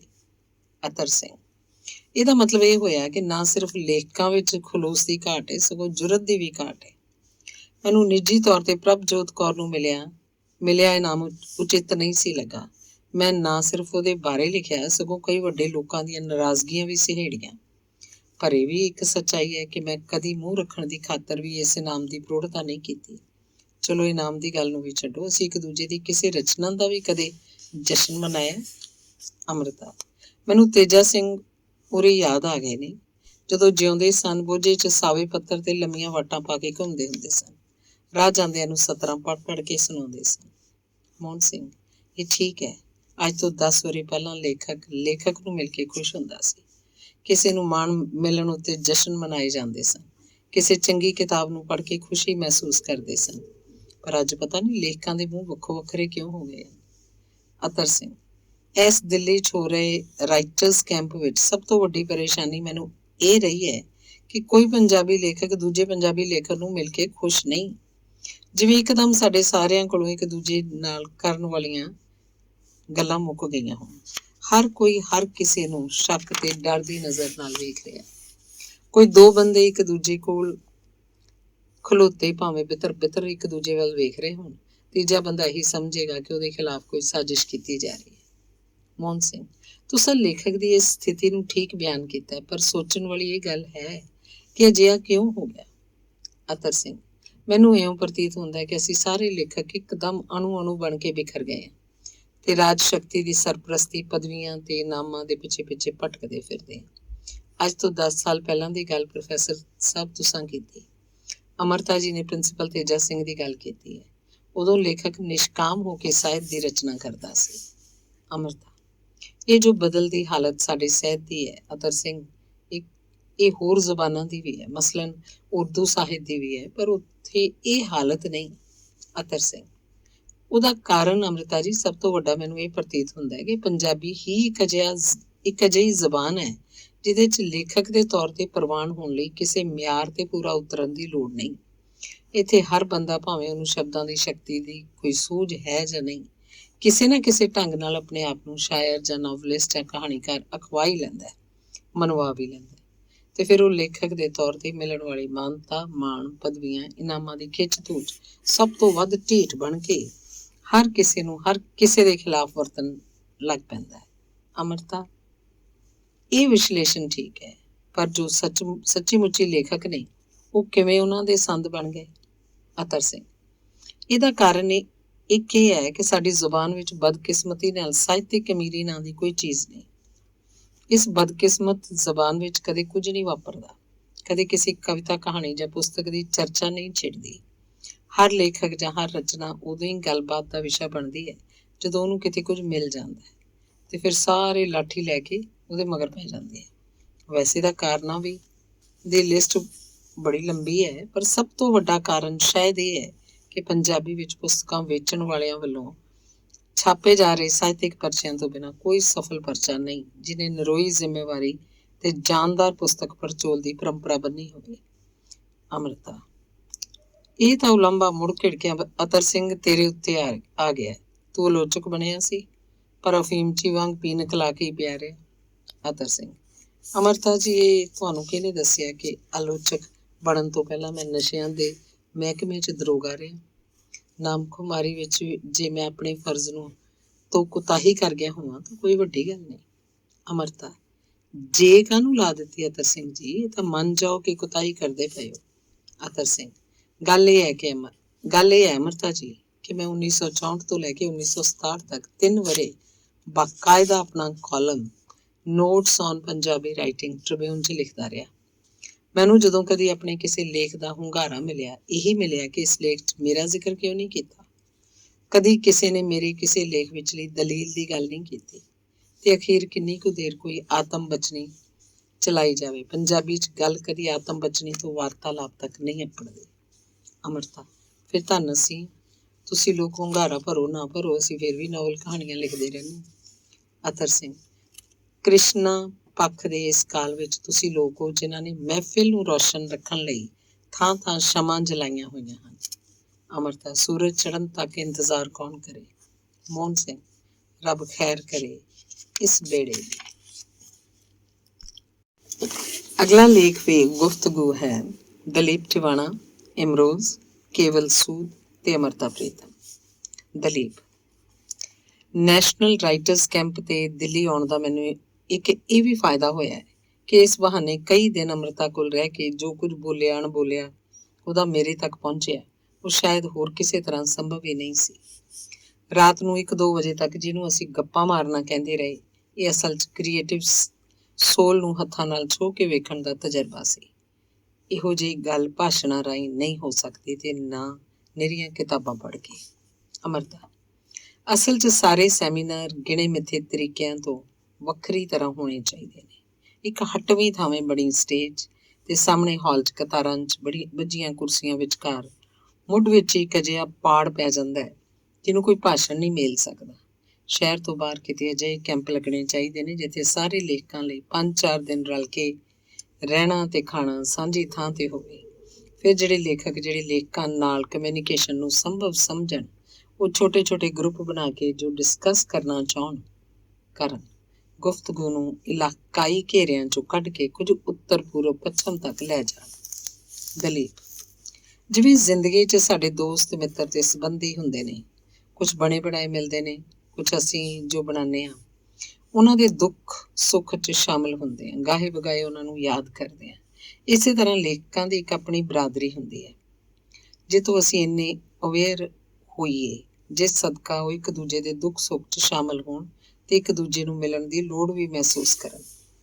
ਛੁੱਟੀਆਂ 'ਚ ਜਿਵੇਂ ਕੁੜੀਆਂ ਨੂੰ ਪੇਕੀ ਸਹੁਰੀ ਜਾਣ ਦਾ ਖਿਆਲ ਆਉਂਦਾ ਹੈ ਤੇ ਬੱਚਿਆਂ ਨੂੰ ਨਾਨਕੀ ਜਾਣ ਦਾ ਚਾਅ ਹੁੰਦਾ ਹੈ, ਇਸੇ ਤਰ੍ਹਾਂ ਲੇਖਕ ਇੱਕ ਦੂਜੇ ਕੋਲ ਜਾ ਕੇ ਰਹਿਣ, ਆਪਣਾ ਕੁਝ ਸੁਣਾਉਣ, ਦੂਜੇ ਦਾ ਕੁਝ ਸੁਣਨ। ਨਾ ਸਿਰਫ ਇੱਕ ਇਲਾਕੇ ਦਾ ਲੇਖਕ ਦੂਜੇ ਇਲਾਕੇ ਦੇ ਲੇਖਕ ਕੋਲ ਜਾ ਕੇ ਰਵੇ, ਸਗੋਂ ਇੱਕ ਮੁਲਕ ਦਾ ਲੇਖਕ ਵੀ ਦੂਜੇ ਮੁਲਕ ਦੇ ਲੇਖਕ ਕੋਲ ਜਾ ਕੇ ਰਵੇ। ਇਮਰੋਜ਼, ਇੱਕ ਗੱਲ ਹੋਰ, ਲੇਖਕ ਜਿੱਥੇ ਵੀ ਆਪਣੇ ਦੇਸ਼ ਵਿੱਚ ਤਜਰਬੇ ਲਈ ਜਾਣਾ ਚਾਹੁੰਦਾ ਹੋਵੇ, ਉਹਨੂੰ ਰੇਲਵੇ ਵੱਲੋਂ ਇੱਕ ਪ੍ਰਿਵਿਲੇਜ ਕਾਰਡ ਮਿਲਣਾ ਚਾਹੀਦਾ ਹੈ। ਘੱਟੋ ਘੱਟ ਉਸ ਸਾਹਿਤਕਾਰ ਨੂੰ ਤਾਂ ਜ਼ਰੂਰੀ ਜਿਹਨੂੰ ਸਰਕਾਰੀ ਸੰਸਥਾ ਕੋਈ ਅਵਾਰਡ ਜਾਂ ਟਾਈਟਲ ਦਿੰਦੀ ਹੈ। ਟਾਈਟਲਾਂ ਮੈਡਲਾਂ ਦੀ ਥਾਂ ਇਹੋ ਜਿਹਾ ਸਫ਼ਰ ਦਾ ਮੌਕਾ ਦੇਣਾ ਚਾਹੀਦਾ ਹੈ। ਕੇਵਲ ਮੈਨੂੰ ਇਹ ਗੱਲ ਨਹੀਂ ਸਮਝ ਆਉਂਦੀ ਕਿ ਇੱਥੇ ਜਦ ਹਮਾਂ ਤੁਮਾਂ ਤੇ ਉਹਨਾਂ ਦੇ ਚਾਚੇ ਭਤੀਜੇ ਵੀ ਰੇਲਵੇ ਦੇ ਪਾਸ ਵਰਤੀ ਫਿਰਦੇ ਨੇ ਤਾਂ ਲੇਖਕਾਂ ਨੂੰ ਪ੍ਰਿਵਿਲੇਜ ਕਿਉਂ ਨਹੀਂ ਦਿੱਤਾ ਜਾ ਸਕਦਾ। ਦਲੀਪ, ਮੈਂ ਤਾਂ ਇਹ ਕਹਿੰਦੀ ਹਾਂ ਕਿ ਸਰਕਾਰ ਨੂੰ ਆਪਣੇ ਮੁਲਕ ਦੇ ਵੱਡੇ ਵੱਡੇ ਲੇਖਕਾਂ ਦੀਆਂ ਫਿਲਮਾਂ ਬਣਾ ਕੇ ਪ੍ਰੀਜ਼ਰਵ ਕਰ ਲੈਣੀਆਂ ਚਾਹੀਦੀਆਂ ਨੇ। ਜਿਸ ਤਰ੍ਹਾਂ ਹੁਣ ਸਾਨੂੰ ਹਵਾ ਹੈ ਕਿ ਸਾਡੀ ਬੋਲੀ ਦੇ ਪਹਿਲੇ ਲੇਖਕ ਕਿਹੋ ਜਿਹੇ ਸਨ। ਮਸਲਨ ਫਰੀਦ ਦੀ ਸ਼ਕਲ ਕਿਹੋ ਜਿਹੀ ਸੀ, ਬੁੱਲੇ ਸ਼ਾਹ ਕੱਪੜੇ ਕਿਹੋ ਜਿਹੇ ਪਾਉਂਦਾ ਸੀ, ਵਾਰਿਸ ਸ਼ਾਹ ਕਿਹੋ ਜਿਹੇ ਘਰ 'ਚ ਰਹਿੰਦਾ ਸੀ, ਪੂਰਨ ਸਿੰਘ ਕਿਹੜੀਆਂ ਕਿਤਾਬਾਂ ਪੜ੍ਹਦਾ ਸੀ। ਇਸੇ ਤਰ੍ਹਾਂ ਆਉਣ ਵਾਲੀਆਂ ਜਨਰੇਸ਼ਨਸ ਨੂੰ ਵੀ ਇਸ ਗੱਲ ਦੀ ਘਾਟ ਮਹਿਸੂਸ ਹੋਏਗੀ। ਜਦੋਂ ਸਾਡੇ ਲੇਖਕ ਜਿਸਮਾਨੀ ਰੂਪ 'ਚ ਇੱਥੇ ਨਹੀਂ ਹੋਣਗੇ, ਇਸ ਗੱਲ ਤੋਂ ਮੁਨਕਰ ਨਹੀਂ ਹੋਇਆ ਜਾ ਸਕਦਾ ਕਿ ਕੁਝ ਦੇਰ ਨੂੰ ਉਹਨਾਂ ਇੱਥੇ ਨਹੀਂ ਹੋਣਾ। ਇਮਰੋਜ਼, ਹੁਣ ਜਿਵੇਂ ਨਾਨਕ ਸਿੰਘ ਜਿਸਮਾਨੀ ਰੂਪ 'ਚ ਸਾਡੇ 'ਚ ਨਹੀਂ ਰਿਹਾ, ਫਿਲਮ ਬਣਾਉਣ ਦੀ ਹਰ ਫੈਸਿਲਿਟੀ ਸਾਡੇ ਕੋਲ ਹੁੰਦਿਆਂ ਅਸੀਂ ਆਪ ਦੀ ਆਉਣ ਵਾਲੀ ਨਸਲ ਨੂੰ ਕੀ ਦੱਸਾਂਗੇ। ਦਲੀਪ, ਤੇ ਇਸ ਗੱਲ ਦਾ ਕੀ ਜਵਾਬ ਦੇਵਾਂਗੇ ਕਿ ਸਾਡੀਆਂ ਸੰਸਥਾਵਾਂ ਨੇ, ਯੂਨੀਵਰਸਿਟੀਆਂ ਨੇ, ਸਭਾਵਾਂ ਨੇ ਇਹ ਕੰਮ ਕਿਉਂ ਨਹੀਂ ਕੀਤਾ। ਇਮਰੋਜ਼, ਹੁਣ ਨਾਨਕ ਸਿੰਘ ਦੇ ਮਰਦਿਆਂ ਹੀ ਉਹਦੇ ਨਾਂ ਤੇ ਹਾਲ ਬਣਾਉਣ ਲਈ ਪੈਸਾ ਇਕੱਠਾ ਸ਼ੁਰੂ ਹੋ ਗਿਆ, ਪਰ ਉਹਦੇ ਜਿਉਂਦਿਆਂ ਇਸ ਤੋਂ ਕਿਤੇ ਥੋੜੇ ਪੈਸਿਆਂ ਨਾਲ ਇੱਕ ਸਾਦੀ ਜਿਹੀ ਫਿਲਮ ਨਾ ਬਣਾ ਸਕੇ। ਦਲੀਪ, ਦੁੱਖ ਦੀ ਗੱਲ ਇਹ ਹੈ ਕਿ ਸਾਡੇ ਮੁਲਕ 'ਚ ਮੁੱਲ ਬੰਦੇ ਦਾ ਨਹੀਂ ਕੁਰਸੀ ਦਾ ਪੈਂਦਾ ਹੈ। ਇਸੇ ਕਰਕੇ ਉਦਘਾਟਨ ਵਜ਼ੀਰ ਕਰਦੇ ਹਨ, ਪਰ ਮੈਂ ਕਈ ਵਾਰੀ ਸੋਚਦੀ ਹਾਂ ਆਉਣ ਵਾਲੇ 50 ਜਾਂ 100 ਸਾਲਾਂ ਨੂੰ ਇਦੋਂ ਸਿਆਣੇ ਲੋਕ ਇਹ ਵੀ ਤਾਂ ਪੁੱਛ ਸਕਦੇ ਹਨ ਕਿ ਉਦਘਾਟਨ ਕਰਨ ਵਾਲਾ ਵਜ਼ੀਰ ਤਾਂ ਸੀ, ਹੋਰ ਕੀ ਸੀ। ਜਿਵੇਂ ਆਪਣੀ ਯੂਨੀਵਰਸਿਟੀ 'ਚ ਇੱਕ ਵਾਰੀ ਕਿਹਾ ਸੀ ਕਿ ਯੂਨੀਵਰਸਿਟੀ ਦੀ ਇੱਕ ਬਿਲਡਿੰਗ ਮੂਹਰੇ ਲੱਗੀ ਸਿਲ ਵੇਖ ਕੇ ਆਉਣ ਵਾਲੇ ਵਿਦਿਆਰਥੀ ਪੁੱਛ ਸਕਦੇ ਹਨ ਕਿ ਲਛਮਣ ਸਿੰਘ ਗਿੱਲ ਪੰਜਾਬ ਦਾ ਚੀਫ ਮਿਨਿਸਟਰ ਤਾਂ ਸੀ, ਹੋਰ ਕੀ ਸੀ। ਪਰ ਜੇ ਇਸ ਸਿਲ ਉੱਤੇ ਨਾਂ ਅੰਮ੍ਰਿਤਾ ਪ੍ਰੀਤਮ ਦਾ ਹੋਏ ਤਾਂ ਲੋਕ ਇਹ ਨਹੀਂ ਪੁੱਛਣਗੇ ਕਿ ਅੰਮ੍ਰਿਤਾ ਪ੍ਰੀਤਮ ਕੀ ਸੀ। ਕੇਵਲ ਸਰਕਾਰੀ ਗੱਲ ਤਾਂ ਫਿਰ ਤੀਜੇ ਹੱਥ ਚਲੀ ਗਈ। ਉਹ ਜਿਹੜੀ ਦਲੀਪ ਹੋਰਾਂ ਨੇ ਲੇਖਕਾਂ ਦੀ ਬਰਾਦਰੀ ਦੀ ਗੱਲ ਕੀਤੀ ਸੀ, ਮੈਂ ਸੋਚਦਾ ਉਹ ਕਿਉਂ ਸੰਭਵ ਨਹੀਂ। ਅੰਮ੍ਰਿਤਾ, ਅਜੇ ਤੱਕ ਗੁਫ਼ਤਗੂ ਵੀ ਸੰਭਵ ਨਹੀਂ ਹੋਈ। ਦੁੱਖ ਸੁੱਖ 'ਚ ਸ਼ਾਮਿਲ ਹੋਣ ਵਾਲੀ ਤਾਂ ਦੂਰ ਦੀ ਏ, ਕਈਆਂ ਨਾਲ ਤਾਂ ਦੁਆ ਸਲਾਮ ਵੀ ਨਹੀਂ ਹੁੰਦੀ। ਦਲੀਪ, ਬਦਕਿਸਮਤੀ ਨਾਲ ਅਸੀਂ ਇਹੋ ਜਿਹੀ ਸਦੀ 'ਚ ਜਿਉਂ ਰਹੇ ਹਾਂ ਜਿਸ 'ਚ ਕੀਮਤਾਂ ਦੀ ਇੰਨੀ ਟੁੱਟ ਭੱਜ ਹੋ ਗਈ ਹੈ, ਸਾਨੂੰ ਇਹ ਨਹੀਂ ਪਤਾ ਲੱਗਦਾ ਕਿ ਸਾਡਾ ਆਪਣੇ ਆਪ ਨਾਲ ਕੀ ਰਿਸ਼ਤਾ ਹੈ। ਇਸੇ ਕਰਕੇ ਸਾਨੂੰ ਇਹ ਵੀ ਨਹੀਂ ਪਤਾ ਲੱਗਦਾ ਕਿ ਸਾਡਾ ਦੂਸਰਿਆਂ ਨਾਲ ਕੀ ਰਿਸ਼ਤਾ ਹੈ। ਵੈਲਿਊਜ਼ ਨਾਲ ਰਿਸ਼ਤਾ ਤਾਂ ਇਹ ਤੋਂ ਪਰਾਂ ਦੀ ਗੱਲ ਹੈ। ਅੰਮ੍ਰਿਤਾ, ਪਰ ਕਦਰੋ ਕੀਮਤ ਦੀ ਆਸ ਜੇ ਲੇਖਕ ਤੋਂ ਵੀ ਨਾ ਕਰਾਂਗੇ ਤਾਂ ਹੋਰ ਕਿਹਦੇ ਕੋਲੋਂ ਕਰਾਂਗੇ। ਦਲੀਪ, ਸਾਡੇ ਬਹੁਤ ਸਾਰੇ ਲੇਖਕ ਰਚਨਾ ਰਚਦੇ ਨੇ, ਰਚਨਾ ਜਿਉਂਦੇ ਨਹੀਂ। ਇਸੇ ਲਈ ਉਹ ਰਚਨਾ ਦੇ ਸਿਰ ਤੇ ਜ਼ਿੰਦਗੀ ਨਾਲ ਗਹਿਰੇ ਸੱਚੇ ਰਿਸ਼ਤੇ ਬਣਾਉਣ ਦੀ ਥਾਂ ਰਚਨਾ ਦੇ ਸਿਰ ਤੇ ਜ਼ਿੰਦਗੀ ਨੂੰ ਐਕਸਪਲੋਇਟ ਕਰਦੇ ਨੇ। ਕੇਵਲ ਇਹ ਐਕਸਪਲੋਇਟ ਕਿਉਂ? ਰਚਨਾ ਰਚਨ ਦੀ ਪੱਧਰ ਤੱਕ ਹੀ ਕਿਉਂ ਰਹਿ ਜਾਂਦੀ ਹੈ, ਜਿਉਣ ਦੀ ਪੱਧਰ ਤੱਕ ਕਿਉਂ ਨਹੀਂ ਪਹੁੰਚ ਜਾਂਦੀ। ਇਮਰੋਜ਼, ਸ਼ਾਇਦ ਰਚਨਾ ਰਚਨੀ ਸੌਖੀ ਹੈ, ਜਿਉਣੀ ਕਿਤੇ ਔਖੀ ਹੈ। ਦਲੀਪ, ਇਮਰੋਜ਼ ਨੇ ਇਹ ਗੱਲ ਠੀਕ ਆਖੀ ਹੈ, ਕਿਉਂਕਿ ਰਚਨਾ ਰਚਨੀ ਕੁਝ ਪਲਾਂ ਦਾ ਕੰਮ ਹੁੰਦਾ ਹੈ ਤੇ ਰਚਨਾ ਜਿਉਣੀ ਸਾਰੀ ਜ਼ਿੰਦਗੀ ਦਾ ਕੰਮ। ਕੇਵਲ ਅਸਾਂ ਬਰਾਦਰੀ ਬਾਰੇ ਗੱਲ ਸ਼ੁਰੂ ਕੀਤੀ ਸੀ, ਇਹ ਕਦੇ ਸੰਭਵ ਹੋਈ ਹੈ ਜਾਂ ਹੋ ਸਕਦੀ ਹੈ। ਅੰਮ੍ਰਿਤਾ, ਇਸ ਗੱਲ ਨੂੰ ਕੁਝ ਐਨਾਲਾਈਜ਼ ਕਰਨਾ ਪਏਗਾ। ਲੇਖਕ ਜਿੰਨਾ ਇਕੱਲਾ ਕੋਈ ਨਹੀਂ ਹੁੰਦਾ, ਉਹ ਹਰ ਚੀਜ਼ ਤੋਂ ਟੁੱਟਿਆ ਹੁੰਦਾ ਹੈ, ਸਥਾਪਤ ਕੀਮਤਾਂ ਤੋਂ, ਵਕਤ ਤੋਂ, ਹਰ ਰਿਸ਼ਤੇ ਤੋਂ। ਮਾਨਸਿਕ ਪੱਧਰ ਉੱਤੇ ਜੇ ਉਹ ਕਿਤੇ ਜੁੜਦਾ ਹੈ ਤਾਂ ਸਿਰਫ ਉਹਦੇ ਨਾਲ, ਜਿਹੜਾ ਕੋਈ ਹੋਰ ਲੇਖਕ ਉਹਦੇ ਮਾਨਸਿਕ ਹਾਣ ਦਾ ਹੋਵੇ। ਸੋ ਜਿਹਦੇ ਨਾਲ ਉਹਨੂੰ ਇਸ ਰਿਸ਼ਤੇ ਦੀ ਸਭ ਤੋਂ ਬਹੁਤੀ ਲੋੜ ਹੁੰਦੀ ਹੈ, ਉਸੇ ਨਾਲ ਹੀ ਉਹਦਾ ਸਭ ਤੋਂ ਬਹੁਤਾ ਪ੍ਰੋਫੈਸ਼ਨਲ ਟਕਰਾਓ ਹੁੰਦਾ ਹੈ। ਤੇ ਸ਼ਾਇਦ ਇਸੇ ਲਈ ਕਿਸੇ ਦਾ ਮੇਲ ਰਿਸ਼ਤੇ ਦੀ ਹੱਦ ਤੱਕ ਨਹੀਂ ਪਹੁੰਚਦਾ। ਬਹੁਤ ਥੋੜੇ ਲੇਖਕ ਨੇ ਜੋ ਇਸ ਟਕਰਾਓ ਤੋਂ ਬੇਨਿਆਜ਼ ਨੇ। ਇਹ ਸਿਰਫ ਉਹਨਾਂ ਦੀ ਸਮਰੱਥਾ ਹੋ ਸਕਦੀ ਹੈ ਕਿ ਉਹ ਦੂਸਰੇ ਲੇਖਕ ਦੀ ਕਿਰਤ ਨੂੰ ਵੀ ਸਲਾਮ ਕਹਿ ਸਕਣ, ਨਹੀਂ ਤਾਂ ਉਹਨਾਂ ਦੇ ਖੁੱਲ੍ਹੇ ਅਸਮਾਨ ਇਸ ਥਾਂ ਤੇ ਆ ਕੇ ਭੇੜੀਆਂ ਗਲੀਆਂ ਬਣ ਜਾਂਦੇ ਨੇ। ਕੇਵਲ ਕੀ ਇਹ ਪ੍ਰੋਫੈਸ਼ਨਲ ਜੈਲਸੀ ਰਿਸ਼ਤਾ ਨਾ ਬਣਨ ਦਾ ਇੱਕੋ ਇੱਕ ਕਾਰਨ ਹੈ? ਜੇ ਹੈ ਤਾਂ ਵੀ ਮੈਂ ਇਹ ਸਮਝਦਾ ਕਿ ਇਸ ਵਿੱਚ ਅੰਦਰੂਨੀ ਤੇ ਬਾਹਰੀ ਦੋਵੇਂ ਪਹਿਲੂ ਸ਼ਾਮਲ ਨੇ। ਦਲੀਪ: ਮੈਨੂੰ ਇਉਂ ਲੱਗਦਾ ਹੈ ਕਿ ਬਹੁਤੀ ਵਾਰੀ ਅਸੀਂ ਬਿਨਾਂ ਹੀ ਇੱਕ ਦੂਸਰੇ ਨੂੰ ਚੰਗੀ ਤਰ੍ਹਾਂ ਮਿਲਿਆ, ਜਾਣਿਆ, ਸਮਝਿਆ ਤੇ ਸੁਣੀਆਂ ਸੁਣਾਈਆਂ ਗੱਲਾਂ ਦੇ ਆਧਾਰ ਤੇ ਰਿਸ਼ਤਾ ਬਣਾਉਣ ਤੋਂ ਪਹਿਲਾਂ ਹੀ ਤੋੜ ਲੈਂਦੇ ਹਾਂ। ਫਿਰ ਇਸ ਤੋੜਨ ਨੂੰ ਜਸਟੀਫਾਈ ਕਰਦੇ ਰਹਿੰਦੇ ਹਾਂ। ਅਮਰਤਾ: ਜਿਵੇਂ ਤੋੜਨ ਨੂੰ ਜਸਟੀਫਾਈ ਕਰਨਾ ਇੱਕ ਐਕਸਕਿਊਜ਼ ਹੈ, ਉਸੇ ਤਰ੍ਹਾਂ ਸੁਣੀਆਂ ਸੁਣਾਈਆਂ ਗੱਲਾਂ ਨੂੰ ਆਧਾਰ ਬਣਾਉਣਾ ਵੀ ਐਕਸਕਿਊਜ਼ ਹੈ। ਪਰ ਸਵਾਲ ਹੈ ਕਿ ਇਸ ਐਕਸਕਿਊਜ਼ ਦੀ ਲੋੜ ਕਿਉਂ ਪੈਦਾ ਹੁੰਦੀ ਹੈ? ਦਲੀਪ: ਸਾਈਕੋਲੋਜੀਕਲੀ ਇਉਂ ਲੱਗਦਾ ਹੈ ਕਿ ਬਹੁਤੀ ਵਾਰੀ ਲੋਕ ਆਪ ਵਧੀਆ ਲੱਗਣ ਲਈ ਦੂਸਰਿਆਂ ਨੂੰ ਘਟੀਆ ਵਿਖਾਉਂਦੇ ਰਹਿੰਦੇ ਨੇ। ਇਸੇ ਕਰਕੇ ਮੈਨੂੰ ਬਹੁਤ ਵਾਰੀ ਹੈਰਾਨੀ ਹੁੰਦੀ ਹੈ ਕਿ ਕਿਸੇ ਦੂਸਰੇ ਬਾਰੇ ਤੁਸੀਂ ਉਹਨਾਂ ਨੂੰ ਵਧੀਆ ਗੱਲ ਕਰਦਿਆਂ ਕਦੀ ਨਹੀਂ ਸੁਣਦੇ। ਇਮਰੋਜ਼: ਦੂਜਿਆਂ ਦੀਆਂ ਖੂਬਸੂਰਤੀਆਂ ਦਿਸਣੋਂ ਹੀ ਕਿਉਂ ਰਹਿ ਜਾਂਦੀਆਂ ਨੇ? ਦਲੀਪ: ਦਿਸਦੀਆਂ ਤਾਂ ਹੁੰਦੀਆਂ ਨੇ, ਪਰ ਉਹਨਾਂ ਦਾ ਮੰਨਣ ਨੂੰ ਜੀ ਨਹੀਂ ਕਰਦਾ। ਅੰਮ੍ਰਿਤਾ: ਗੱਲ ਫੇਰ ਉੱਥੇ ਆ ਗਈ। ਅੰਦਰ ਕਿਹੜੀ ਘਾਟ ਹੁੰਦੀ ਹੈ ਜਿਹਦੇ ਲਈ ਇੰਝ ਕਲਰ ਬਲਾਈਂਡ ਹੋਣਾ ਪੈਂਦਾ? ਦਲੀਪ: ਅਗਲੇ ਦੀ ਅਮੀਰੀ ਵੇਖ ਕੇ ਆਪਣੀ ਗਰੀਬੀ ਯਾਦ ਆ ਜਾਂਦੀ ਹੈ। ਕੇਵਲ: ਮੈਂ ਦੋ ਪਹਿਲੂਆਂ ਦਾ ਜ਼ਿਕਰ ਕੀਤਾ ਸੀ, ਪਰ ਇੱਕ ਪਹਿਲੂ ਦੀ ਤਸ਼ਰੀਹ ਹੈ, ਯਾਨੀ ਲੇਖਕ ਦੇ ਅੰਦਰੂਨੀ ਪਹਿਲੂ ਦੀ। ਦੂਜਾ ਪਹਿਲੂ ਮੈਂ ਸਮਝਦਾ ਸਮਾਜਿਕ ਪਹਿਲੂ ਹੈ, ਜਿਹਨੂੰ ਕਿਸੇ ਤਰ੍ਹਾਂ ਵੀ ਨਜ਼ਰਅੰਦਾਜ਼ ਨਹੀਂ ਕੀਤਾ ਜਾ ਸਕਦਾ। ਇਸ ਸਮਾਜ 'ਚ ਅਸੀਂ ਗਲੈਮਰ ਦਾ ਸ਼ਿਕਾਰ ਹੁੰਦੇ ਹਾਂ ਤੇ ਉਹਦੀ ਪ੍ਰਾਪਤੀ ਖਾਤਰ ਅਸੀਂ ਊਲ ਜਲੂਲ ਹਰਕਤਾਂ ਕਰਨ ਤੇ ਮਜਬੂਰ ਹੋ ਜਾਂਦੇ ਹਾਂ। ਮੈਂ ਸਮਝਦਾ ਇਹਦਾ ਮੁੱਖ ਕਾਰਨ ਸਾਡੇ ਸਮੁੱਚੇ ਸਮਾਜ ਦੀ ਆਜ਼ਾਦੀ ਮਿਲਣ ਤੋਂ ਬਾਅਦ ਹੋਈ ਡੀਜਨਰੇਸ਼ਨ ਹੈ। ਲੇਖਕ ਵੀ ਆਪਣੇ ਆਪ ਨੂੰ ਇਸ ਤੋਂ ਬਚਾ ਨਹੀਂ ਸਕਿਆ, ਉਹੀ ਉਹਦੀ ਟ੍ਰੈਜਡੀ ਹੈ। ਅੰਮ੍ਰਿਤਾ: ਇਹ ਪ੍ਰੋਫੈਸ਼ਨਲ ਜੈਲਸੀ ਦੇ ਕਾਰਨ ਦੀ ਤਸ਼ਰੀਹ ਹੈ।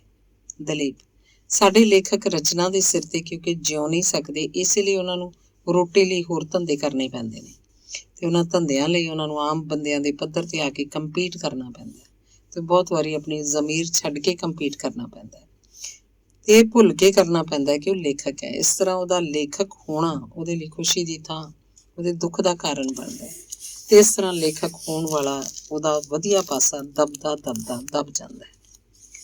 ਅੰਮ੍ਰਿਤਾ: ਮੇਰਾ ਖਿਆਲ ਹੈ ਇਹ ਬਾਹਰੀ ਕਾਰਨ ਕੁਝ ਕੁ ਤੇ ਲਾਗੂ ਹੁੰਦਾ ਹੈ, ਬਹੁਤਿਆਂ ਤੇ ਲਾਗੂ ਹੋਣ ਵਾਲਾ ਅੰਦਰੂਨੀ ਕਾਰਨ ਹੈ। ਦਲੀਪ: ਕਲਾਕਾਰ ਦੀ ਕਾਇਆ ਕਲਪ ਕਰਦੀ ਹੈ, ਪਰ ਕਾਰੀਗਰੀ ਦੂਸਰਿਆਂ ਤੇ ਵਕਤੀ ਪ੍ਰਭਾਵ ਪਾਉਂਦੀ ਹੈ। ਕਲਾਕਾਰ ਦੇ ਅੰਦਰਲੇ ਮਨੁੱਖ ਨੂੰ ਵਿਕਸਿਤ ਨਹੀਂ ਕਰਦੀ। ਮੈਨੂੰ ਲੱਗਦਾ ਹੈ ਸਾਡੇ ਬਹੁਤੇ ਲੇਖਕ ਚੰਗੇ ਕਾਰੀਗਰ ਤਾਂ ਹਨ, ਪਰ ਕਲਾਕਾਰ ਨਹੀਂ। ਅੰਮ੍ਰਿਤਾ: ਸੋ ਬਰਾਦਰੀ ਬਣਾਉਣ ਤੋਂ ਪਹਿਲਾਂ ਸਾਨੂੰ ਕਲਾਕਾਰਾਂ ਦੀ ਲੋੜ ਹੈ। ਧੰਨਵਾਦ। ਅਗਲੀ ਗੁਫ਼ਤਗੂ ਹੈ ਦਵਿੰਦਰ, ਇਮਰੋਜ਼, ਕੇਵਲ ਸੂਦ ਤੇ ਅਮਰਤਾ ਪ੍ਰੀਤਮ। ਦਵਿੰਦਰ: ਸੁਣਿਆ ਜੇਬ ਕਤਰੇ ਦੀ ਫਿਲਮ ਬਣ ਰਹੀ ਹੈ। ਕੌਣ ਬਣਾ ਰਿਹਾ? ਕੋਈ ਇਹੋ ਜਿਹਾ ਬੰਦਾ ਤਾਂ ਨਹੀਂ ਜੋ ਨਾਵਲ ਤੋਂ ਹਟ ਕੇ ਉਹਨੂੰ ਇੱਕ ਫਿਲਮੀ ਕਹਾਣੀ ਬਣਾ ਛੱਡੇ, ਖਾਲਸ ਹਿੰਦੁਸਤਾਨੀ ਫਿਲਮੀ ਕਹਾਣੀ? ਇਮਰੋਜ਼: ਨਹੀਂ, ਅब्बास ਸਾਹਿਬ ਬਣਾ ਰਹੇ ਨੇ। ਉਹ ਖੁਦ ਰਾਈਟਰ ਨੇ, ਆਈਡੀਅਲਿਸਟ ਨੇ। ਉਹ ਤਾਂ ਅੱਜ ਉਂਝ ਵੀ ਹਿੰਦੀ ਕਮਰਸ਼ੀਅਲ ਫਿਲਮ ਨਹੀਂ ਬਣਾਉਂਦੇ। ਕੇਵਲ ਸੂਦ: ਬੇਸ਼ੱਕ ਉਹ ਕਮਰਸ਼ੀਅਲ ਫਿਲਮ ਨਹੀਂ ਬਣਾਉਂਦੇ, ਪਰ ਕਈ ਵਾਰ ਲਾਊਡ ਹੋ ਜਾਂਦੇ ਨੇ। ਜੇ ਕਿਤੇ ਅਜਿਹਾ ਹੋ ਗਿਆ ਜੇਬ ਕਤਰੇ ਨਹੀਂ ਰਹਿਣੇ। ਸਕਰੀਨ ਪਲੇ ਉਹ ਖੁਦ ਲਿਖਣਗੇ, ਪਰ ਇੱਕ ਦੋਸਤ ਦੇ ਤੌਰ ਤੇ ਵੀ ਤੇ ਇੱਕ ਡਾਇਰੈਕਟਰ ਦੇ ਤੌਰ ਤੇ ਵੀ ਉਹਨਾਂ ਆਖਿਆ ਕਿ ਸਕਰੀਨ ਦੀ ਖਾਤਰ ਜੋ ਤਬਦੀਲੀਆਂ ਉਹ ਕਰਨਗੇ ਮੇਰੀ ਸਲਾਹ ਨਾਲ ਕਰਨਗੇ। ਕੇਵਲ: ਅब्बास ਸਾਹਿਬ ਖੁਦ ਰਾਈਟਰ ਨੇ, ਰਾਈਟਰ ਦਾ ਇਹਤਰਾਮ ਕਰਦੇ ਨੇ, ਪਰ ਸਭ ਰਾਈਟਰ ਸ਼ਾਇਦ ਇਸ ਤਰ੍ਹਾਂ ਦੇ ਨਹੀਂ ਹੁੰਦੇ, ਖਾਸ ਕਰ ਸਾਡੇ ਪੰਜਾਬੀ ਵਿੱਚ ਤਾਂ ਬਿਲਕੁਲ ਨਹੀਂ। ਅਮਰਤਾ: ਕੇਵਲ: ਇਸ ਵੇਲੇ ਪੰਜਾਬੀ ਰਾਈਟਰਾਂ ਦੀ ਗੱਲ ਨਾ ਕਰ, ਉਹਨਾਂ ਨੂੰ ਭੁਗਤਦਿਆਂ ਤਾਂ ਉਮਰ ਲੰਘ ਚੱਲੀ ਹੈ। ਦਵਿੰਦਰ: ਦੀਦੀ, ਤੁਹਾਡੀ ਗਾਲਾਂ ਖਾਣ ਵਾਲੀ ਸਿਲਵਰ ਜੁਬਲੀ ਤਾਂ ਸ਼ਾਇਦ ਮਨਾਈ ਜਾ ਚੁੱਕੀ ਹੈ। ਸਵਾਲ ਇਹ ਨਹੀਂ ਕਿ ਗਾਲਾਂ ਕਿੱਥੋਂ ਆਉਂਦੀਆਂ ਨੇ, ਸਵਾਲ ਇਹ ਗਾਲਾਂ ਕਿਹਨੂੰ ਪੈਂਦੀਆਂ ਨੇ। ਪੰਜਾਬੀ ਵਿੱਚ ਤਾਂ ਇੱਕ ਅਜਿਹਾ ਯੁੱਗ ਆ ਗਿਆ ਲੱਗਦਾ ਜਿਵੇਂ ਤੁਹਾਨੂੰ ਗਾਲਾਂ ਕੱਢਣ ਲਈ ਪੂਰਬ ਤੇ ਪੱਛਮ ਇੱਕੋ ਨੁਕਤੇ ਤੇ ਆ ਮਿਲੇ ਹੋਣ। ਕੇਵਲ। ਦਵਿੰਦਰ ਇਹਦਾ ਮਤਲਬ ਮੈਂ ਸਮਝਿਆ ਨਹੀਂ। ਦਵਿੰਦਰ ਸੁਣਿਆ ਹੈ ਇੱਕ ਘਰ 'ਚ ਸ਼ਰਾਬ ਪਾਰਟੀ ਤੇ ਅਮਰਤਾ ਦੀ ਨਿੰਦਿਆ ਵਿੱਚ ਬਾਗੀਆਂ ਪਾਈਆਂ ਗਈਆਂ ਸਨ। ਮੈਨੂੰ ਤਾਂ ਉਹਨਾਂ ਦਾ ਨਾਂ ਲੈਂਦਿਆਂ ਵੀ ਸ਼ਰਮ ਆਉਂਦੀ ਹੈ। ਕੇਵਲ ਸ਼ਰਮ ਜਦੋਂ ਬਾਗੀਆਂ ਪਾਉਣ ਵਾਲਿਆਂ ਨੂੰ ਨਹੀਂ ਆਈ ਤੇ ਤੈਨੂੰ ਉਹਨਾਂ ਦੇ ਨਾਂ ਲੈਂਦਿਆਂ ਕਿਉਂ ਆਉਂਦੀ? ਦਵਿੰਦਰ ਦਰੇਗ ਗਰਦਨੇ ਮੋਹਨ ਸਿੰਘ ਉਹਨਾਂ ਵਿੱਚੋਂ ਇੱਕ ਮਹਾਨ ਕਵੀ ਸੀ, ਇੱਕ ਮਹਾਨ ਆਲੋਚਕ। ਵੇਖੋ ਪੰਜਾਬੀ 'ਚ ਮਹਾਨਤਾ ਕਿੱਥੇ ਆ ਕੇ ਇਕੱਠੀ ਹੋਈ। ਅਮਰਤਾ ਇਹ ਛੱਡ ਦਵਿੰਦਰ, ਤੂੰ ਗਾਲਾਂ ਦੀ ਸਿਲਵਰ ਜੁਬਲੀ ਦੀ ਗੱਲ ਕੀਤੀ ਸੀ, ਉਹ ਤਾਂ ਕਦੋਂ ਦੀ ਹੋ ਚੁੱਕੀ। ਹੋਰ 10 ਵਰ੍ਹਿਆਂ ਨੂੰ ਗੋਲਡਨ ਜੁਬਲੀ ਹੋਏਗੀ ਤਾਂ ਰੱਜ ਕੇ ਗੱਲਾਂ ਕਰਾਂਗੇ। Davinder till golden jubilee. ਅੱਛਾ ਦੱਸੋ ਤੁਸੀਂ ਯੂਰਪ ਕਦੋਂ ਜਾ ਰਹੇ ਹੋ? ਅਮਰਤਾ ਬਸ ਇਹੀਓ ਮੇਰੀ ਕਮਾਈ ਹੈ ਜੋ ਦੇਸ਼ ਦੇ ਚੰਗੇ ਲੇਖਕਾਂ ਨੂੰ ਮਿਲਣ ਦੇ ਇੰਨੇ ਮੌਕੇ ਮਿਲਣੇ। ਇਸ 23 ਨੂੰ ਜਾਵਾਂਗੀ, ਅਗਸਤ ਦੀ 23 ਨੂੰ। ਕੇਵਲ ਕਿੱਥੇ ਕਿੱਥੇ ਜਾਣ ਦਾ ਪ੍ਰੋਗਰਾਮ ਹੈ? ਅੰਮ੍ਰਿਤਾ ਪਹਿਲਾਂ ਯੂਗੋਸਲਾਵੀਆ ਜਿੱਥੋਂ ਦੇ ਸਤਰੂਗਾ ਫੈਸਟੀਵਲ ਦਾ ਖਾਸ ਬੁਲਾਵਾ ਹੈ, ਫਿਰ ਚੈਕੋਸਲੋਵਾਕੀਆ ਤੇ ਫਰਾਂਸ ਵਿੱਚ ਇਹ ਅਸਾਈਨਮੈਂਟ ਖਤਮ ਹੋ ਜਾਏਗੀ। ਫਿਰ ਆਪਣੇ ਤੌਰ ਤੇ ਲੰਦਨ ਤੇ ਰੋਮ। ਵਾਪਸੀ ਦੇ ਕਾਇਰੋ ਨੇ 1 ਹਫ਼ਤੇ ਲਈ ਬੁਲਾਵਾ ਦਿੱਤਾ ਹੈ। ਕੇਵਲ ਇਹਦਾ ਮਤਲਬ ਹੈ ਤੁਸੀਂ 2-3 ਮਹੀਨੇ ਤਾਂ ਗਾਲਾਂ ਤੋਂ ਦੂਰ ਰਹੋਗੇ ਨਾ? ਅਮਰਤਾ ਪਰ ਉਹ ਤਾਂ ਮੈਂ ਇੱਥੇ ਵੀ ਗਾਲਾਂ ਤੋਂ ਬੜੀ ਦੂਰ ਹਾਂ।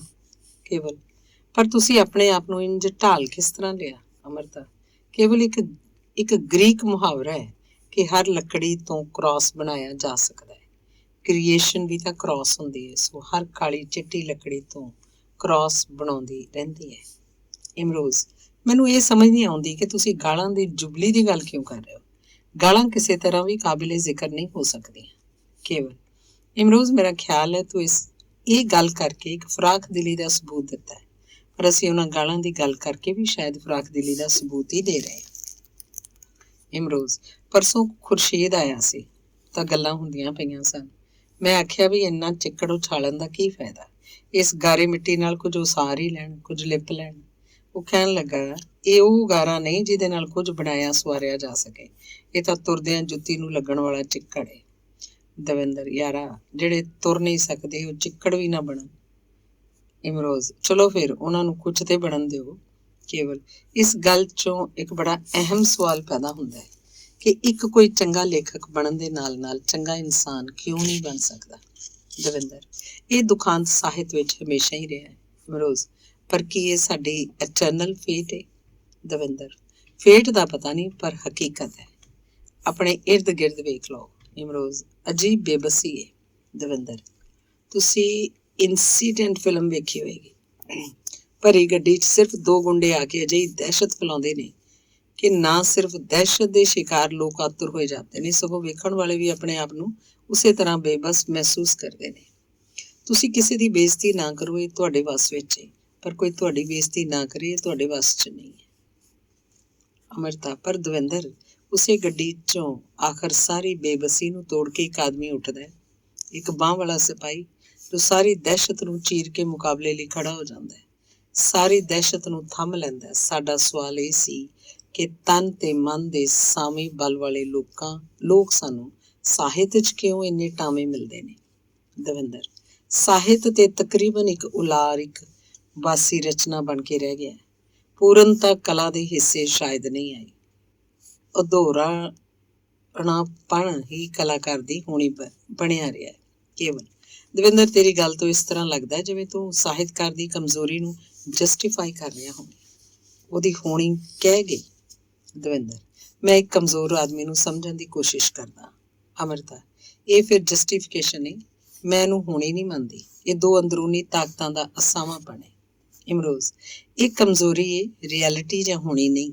ਮੈਂ ਸਮਝਦਾ ਜਿਸ ਦਿਨ ਸਾਹਿਤਕਾਰ ਇਹਨੂੰ ਗਲੋਰੀਫਾਈ ਕਰਨ ਦੀ ਥਾਂ ਆਪਣੀ ਕਮਜ਼ੋਰੀ ਮੰਨ ਲਏਗਾ ਫਿਰ ਇਹ ਉਹਦੀ ਹੋਣੀ ਨਹੀਂ ਬਣ ਸਕੇਗੀ। ਧੰਨਵਾਦ। ਅਗਲਾ ਲੇਖ ਹੈ ਪੈਰਿਸ ਦੇ ਚੌਂਕ ਵਿੱਚ ਦਵਿੰਦਰ ਸਤਿਆਰਥੀ, ਇਮਰੋਜ਼ ਤੇ ਅਮਰਤਾ ਪ੍ਰੀਤਮ। ਦਵਿੰਦਰ ਸਤਿਆਰਥੀ ਜੀ ਤੁਹਾਡੇ ਬਾਰੇ ਮੰਗਟ ਨੇ ਇੱਕ ਬੁਝਾਰਤ ਪਾਈ ਸੀ, ਉਹ ਪੈਰਿਸ ਦਾ ਆਦਮੀ ਭਾਰਤ ਦੇ ਵਿੱਚ ਗਿੱਧਾ ਪਾਉਂਦਾ ਜੰਮਿਆ। ਅਮਰਤਾ ਪਰ ਤੇਰਾ ਕੀ ਖਿਆਲ ਹੈ? ਦਵਿੰਦਰ ਇਸ ਫਿਕਰੇ 'ਚ ਉਹਨੇ ਸਤਿਆਰਥੀ ਜੀ ਨੂੰ ਬੁੱਝ ਲਿਆ? ਅਜੇ ਤਾਂ ਸ਼ਾਇਦ ਸਤਿਆਰਥੀ ਨੇ ਵੀ ਸਤਿਆਰਥੀ ਨੂੰ ਨਹੀਂ ਬੁੱਝਿਆ। ਸਤਿਆਰਥੀ ਜੀ, ਪੈਰਿਸ ਦਾ ਆਦਮੀ ਤਾਂ ਕਹਾਣੀ ਲਿਖੀ ਸੀ ਜਿਹਦੇ 'ਚ ਇੱਕ ਹਿੱਪੀ ਮੁੜ ਬਾਲਜ਼ਾਕ ਦੀਆਂ ਗੱਲਾਂ ਕਰਦਾ ਸੀ। ਮੈਂ ਆਖਿਆ ਸਾਡੇ ਦੇਸ਼ ਵਿੱਚ ਵੀ ਤੈਨੂੰ ਬਾਲਜ਼ਾਕ ਮਿਲ ਸਕਦਾ ਹੈ। ਅਮਰਤਾ, ਇੱਥੇ ਬਾਲਜ਼ਾਕ ਤੋਂ ਤੁਹਾਡਾ ਮਤਲਬ ਸਤਿਆਰਥੀ ਤੋਂ? ਸਤਿਆਰਥੀ ਜੀ ਹਾਂ, ਆਪਣੇ ਤੋਂ ਹੀ ਸੀ। ਮੈਂ ਉਹਨੂੰ ਆਪਣਾ ਮੈਨੂਸਕ੍ਰਿਪਟ ਵਿਖਾਇਆ ਤੇ ਇਹ ਵੀ ਦੱਸਿਆ ਕਿ ਖਰੜੇ ਦਾ ਹਰ ਸਫ਼ਾ ਕਾਗਜ਼ ਤੋਂ ਸ਼ੁਰੂ ਕਰਦਾ, ਫਿਰ ਉਹ ਕਾਗਜ਼ ਜਦ ਤੱਕ ਗੱਤਾ ਨਹੀਂ ਬਣ ਜਾਂਦਾ। ਮੇਰਾ ਮਤਲਬ ਹੈ ਕਾਗਜ਼ ਉੱਤੇ ਚੇਪੀਆਂ ਲਾ ਕੇ ਮੈਨੂੰ ਤਸੱਲੀ ਨਹੀਂ ਹੁੰਦੀ। ਇੱਕ ਇੱਕ ਚੇਪੀ ਦੇ ਥੱਲੇ ਕਈ ਮਹੰਜੋਦਾੜੋ ਦਫਨ ਹੁੰਦੇ ਰਹਿੰਦੇ। ਅਮਰਤਾ, ਅੱਜ ਦੇ ਸਤਿਆਰਥੀ ਥੱਲੇ ਜਿੰਨੇ ਸਤਿਆਰਥੀ ਦਫਨ ਹੋ ਚੁੱਕੇ ਹਨ, ਸ਼ਾਇਦ ਤੁਹਾਨੂੰ ਚੇਤੇ ਹੋਣ। ਕਦੇ ਸਭਨਾਂ ਦਾ ਇਤਿਹਾਸ ਲਿਖੋ ਸਤਿਆਰਥੀ ਜੀ। ਸਤਿਆਰਥੀ, ਲਿਖਾਂਗਾ, ਕਦੇ ਲਿਖਾਂਗਾ। ਅਸਲ 'ਚ ਜਿਹੜੇ ਤੇ ਜਿੰਨੇ ਸਤਿਆਰਥੀ ਦਫਨ ਹੋ ਗਏ ਇਤਿਹਾਸ ਵਿੱਚ, ਉਹਨਾਂ ਦਾ ਹੀ ਹੋ ਸਕਦਾ ਹੈ। ਕਾਫਕਾ ਨੇ ਇੱਕ ਥਾਂ ਲਿਖਿਆ ਸੀ, ਜਦ ਤੱਕ ਕੋਈ ਪਾਤਰ ਸਾਡੇ ਲਈ ਮਰ ਨਹੀਂ ਜਾਂਦਾ ਅਸੀਂ ਉਹਦੀ ਕਹਾਣੀ ਨਹੀਂ ਲਿਖ ਸਕਦੇ। ਅਮਰਤਾ, ਪਰ ਮੇਰਾ ਖਿਆਲ ਹੈ ਅਸੀਂ ਪਾਤਰ ਨੂੰ ਮਾਰਨ ਲਈ ਕਹਾਣੀ ਲਿਖਦੇ ਹਾਂ। ਜਿੰਨਾ ਚਿਰ ਉਹ ਜਿਉਂਦਾ ਰਹਿੰਦਾ ਸਾਡੇ ਗਲ ਪਿਆ ਰਹਿੰਦਾ, ਉਹਦੇ ਕੋਲੋਂ ਆਪਣੀ ਗੱਲ ਨੂੰ ਛੁਡਾਉਣ ਲਈ ਅਸੀਂ ਕਹਾਣੀ ਲਿਖਦੇ ਹਾਂ। ਸਤਿਆਰਥੀ, ਇਹ ਵੀ ਗੱਲ ਠੀਕ ਹੈ। ਦਵਿੰਦਰ, ਸ਼ਾਇਦ ਕਾਫਕਾ ਦਾ ਮਤਲਬ ਸੀ ਕਿ ਆਦਮੀ ਮੌਤ ਨਾਲ ਹੀ ਮੁਕੰਮਲ ਹੁੰਦਾ ਹੈ ਤੇ ਕਹਾਣੀ ਮੁਕੰਮਲ ਆਦਮੀ ਦੀ ਹੀ ਕਹੀ ਜਾਂਦੀ ਹੈ। ਸਤਿਆਰਥੀ, ਨਹੀਂ, ਕਹਾਣੀ ਕਿਸੇ ਇੱਕ ਪਹਿਲੂ ਦੀ ਵੀ ਹੋ ਸਕਦੀ ਹੈ। ਜਿਸ ਤਰ੍ਹਾਂ ਉਪਨਿਸ਼ਦਾਂ ਵਿੱਚ ਆਉਂਦਾ ਹੈ ਕਿ ਇਸ ਟਾਹਣੀ ਉੱਤੇ ਦੋ ਪਰਿੰਦੇ ਬੈਠੇ ਹੋਏ ਹਨ, ਇੱਕ ਫਲਾਂ ਨੂੰ ਟੁਕ ਟੁਕ ਸੁੱਟੀ ਜਾ ਰਿਹਾ, ਦੂਜਾ ਕੇਵਲ ਵੇਖੀ ਜਾ ਰਿਹਾ ਹੈ। ਤੇ ਇਹਦੇ ਵਿੱਚ ਕਹਾਣੀ ਕਹਿਣ ਵਾਲਾ ਉਹ ਵੇਖਣ ਵਾਲਾ ਪਰਿੰਦਾ ਹੈ, ਫਲਾਂ ਨੂੰ ਟੁਕ ਟੁਕ ਖਾਣ ਵਾਲਾ ਨਹੀਂ। ਉਹੀ ਮੁਕਤ ਮਨ ਕਹਾਣੀ ਲਿਖ ਸਕਦਾ ਹੈ। ਬਾਰ ਚੇਪੀਆਂ ਲਾਉਣ ਦੀ ਲੋੜ ਵੀ ਇਸੇ ਲਈ ਪੈਂਦੀ ਹੈ ਕਿ ਮੈਂ ਸੋਚਦਾ ਕਿ ਇਹ ਦੋ ਸਤਰਾਂ ਜਾਂ ਇਹ ਦੋ ਪੈਰਾਗ੍ਰਾਫ ਮੈਂ ਠੀਕ ਤਰ੍ਹਾਂ ਨਿਰਲੇਪ ਹੋ ਕੇ ਨਹੀਂ ਸਨ ਲਿਖੇ। ਕਿਸੇ ਕਲਾਕਾਰ ਦੀ ਇੱਕੋ ਵੇਲੇ ਖਿੱਚੀ ਇੱਕ ਸੱਚੀ ਮੁੱਚੀ ਦੀ ਲਕੀਰ ਕਲਾ ਦਾ ਪੂਰਾ ਹੱਕ ਅਦਾ ਕਰ ਸਕਦੀ ਹੈ, ਜਾਂ ਕਿਸੇ ਸੰਗੀਤਕਾਰ ਦੀ ਇੱਕੋ ਵੇਲੇ ਲਾਈ ਹੋਰ ਕਲਾ ਦਾ ਸੰਪੂਰਨ ਰੂਪ ਬਣ ਜਾਂਦੀ ਹੈ। ਪਰ ਲੇਖਕ ਮੇਰੀ ਜਾਚੇ ਓਨਾ ਚਿਰ ਮੁਸ਼ਕਿਲ 'ਚ ਪਿਆ ਰਹਿੰਦਾ ਜਦ ਤੱਕ ਉਹ ਇੱਕ ਇੱਕ ਸ਼ਬਦ ਨੂੰ, ਇੱਕ ਇੱਕ ਪੰਕਤੀ ਨੂੰ ਪੂਰੀ ਰਚਨਾ ਦੀ ਸ਼ਖਸੀਅਤ ਵਿੱਚ ਨਹੀਂ ਰਚਾ ਲੈਂਦਾ। ਟਾਲਸਟਾਏ ਜਾਂ ਬਾਲਜ਼ਾਕ ਬਾਰੇ ਪੜ੍ਹਿਆ ਕਿ ਉਹ ਮੁੜ ਲਿਖਦੇ ਸਨ। ਮੈਂ ਉਹਨਾਂ ਦੀ ਰੀਸ ਕਰਕੇ ਨਹੀਂ, ਸਗੋਂ ਇੱਕ ਪ੍ਰਯੋਗ ਦੇ ਰੂਪ 'ਚ ਉਸ ਮੁੜ ਲਿਖਣ ਵਾਲੇ ਮਾਧਿਅਮ ਨੂੰ ਅਪਣਾਇਆ।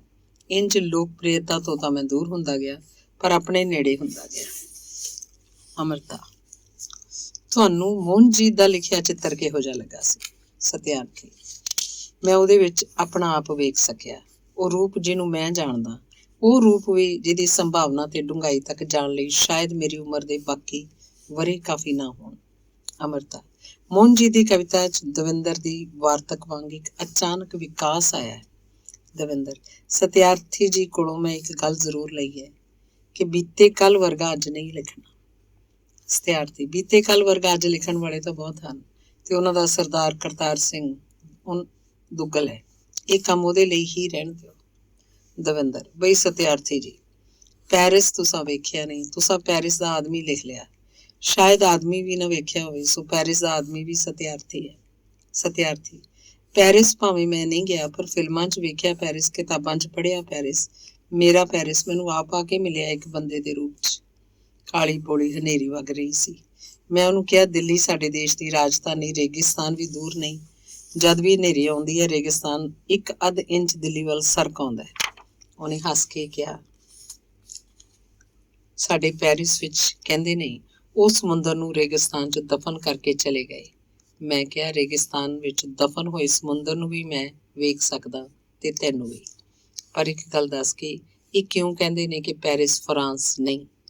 ਨਾਲੇ ਮੈਂ ਆਂਦਰੇ-ਜ਼ੀਦ ਦਾ ਇੱਕ ਵਿਚਾਰ ਉਹਦੇ ਮੂਹਰੇ ਰੱਖਿਆ ਕਿ ਦੁਨੀਆ ਦੇ ਹਰ ਕਲਾਕਾਰ ਦੀਆਂ ਦੋ ਜਨਮ ਭੂਮੀਆਂ ਹੁੰਦੀਆਂ ਹਨ, ਇੱਕੋ ਜਿੱਥੇ ਪੈਦਾ ਹੋਇਆ ਤੇ ਦੂਜੀ ਪੈਰਿਸ। ਉਹਨੇ ਘੁੱਟ ਕੇ ਮੈਨੂੰ ਜੱਫੀ ਪਾਈ ਤੇ ਤਸਲੀਮ ਕੀਤਾ ਕਿ ਦਰਅਸਲ ਉਹ ਭਾਰਤ ਵਿੱਚ ਜੰਮਿਆ ਤੇ ਮੈਂ ਪੈਰਿਸ ਵਿੱਚ। ਅਮਰਤਾ, ਇਹ ਤੁਹਾਡੇ ਅੰਦਰ ਦਾ ਕਲਾਕਾਰ ਹੈ ਸਤਿਆਰਥੀ ਜੀ, ਜੋ ਹਰ ਥਾਂ ਦਾ ਹੈ, ਹਰ ਸਮੇਂ ਲਈ ਹੈ। ਦਵਿੰਦਰ, ਸਤਿਆਰਥੀ ਜੀ ਨੇ ਅੱਜ ਤੋਂ ਕੋਈ 30 ਸਾਲ ਪਹਿਲਾਂ ਇੱਕ ਕਵਿਤਾ ਲਿਖੀ ਸੀ, ਕਾਫੀ ਹਾਊਸ, ਜੋ ਅੱਜ ਵੀ ਉਨੀ ਸਜਰੀ ਤੇ ਨਵੀਂ ਹੈ ਜਿੰਨੀ ਉਦੋਂ ਸੀ। ਸਤਿਆਰਥੀ, ਕਵਿਤਾ ਤਾਂ ਮੇਰੀ ਪੁੱਤਰੀ ਸੀ। ਅਮਰਤਾ, ਹਾਂ ਸਤਿਆਰਥੀ ਜੀ, ਉਹ ਸੀ, ਪਰ ਉਹ ਹੈ ਵੀ। ਦਵਿੰਦਰ, ਇਸ ਗੁਫ਼ਤਗੂ ਦਾ ਨਾਂ ਰੱਖੋ, ਇੱਕ ਲੈਂਪ ਸ਼ੇਡ ਹੇਠਾਂ। ਇਮਰੋਜ਼, ਨਹੀਂ, ਇਹਦਾ ਨਾਂ ਇੱਕੋ ਹੋ ਸਕਦਾ ਹੈ। ਪੈਰਿਸ ਦੇ ਚੌਂਕ ਵਿੱਚ ਸਤਿਆਰਥੀ ਸਾਹਮਣੇ ਹੈ ਤੇ ਪੈਰਿਸ ਸਾਹਮਣੇ ਹੈ।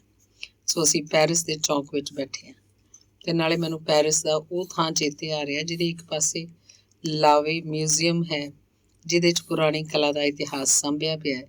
ਦੂਜੇ ਪਾਸੇ ਅੱਜ ਦੀ ਕਲਾ ਦਾ ਮਿਊਜ਼ੀਅਮ ਹੈ, ਜਿਵੇਂ ਦਰਿਆਈ ਦੇ ਕੱਪੜੇ ਵਿੱਚੋਂ ਦੋਵੇਂ ਰੰਗ ਦਿਸਦੇ ਹਨ, ਲਾਲ ਵੀ ਤੇ ਹਰਾ ਵੀ।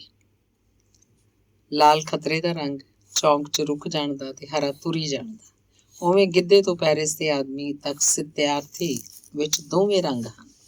ਅਮਰਤਾ ਸਿਰਫ ਮੁਸ਼ਕਿਲ ਉਦੋਂ ਹੁੰਦੀ ਹੈ ਜਦੋਂ ਚੌਂਕ ਦੀ ਬੱਤੀ ਇੱਕੋ ਰੰਗ ਤੇ ਅੜ ਜਾਂਦੀ ਹੈ। ਸਤਿਆਰਥੀ ਉਹ ਤਾਂ ਜੀ ਮੈਂ ਨਹੀਂ, ਮੇਰੇ ਪਾਠਕ ਹਨ। ਇਸੇ ਲਈ ਮੈਂ ਕਦੀ ਕਦੀ ਕਿਸੇ ਪਾਠਕ ਨੂੰ ਸਰੋਤਾ ਬਣਾ ਕੇ ਉਹਦੀਆਂ ਤਾਰਾਂ ਠੀਕ ਕਰਦਾ। ਦਵਿੰਦਰ ਕਦੀ ਕਦੀ ਨਹੀਂ ਸਤਿਆਰਥੀ ਜੀ, ਆਮ ਤੌਰ ਤੇ।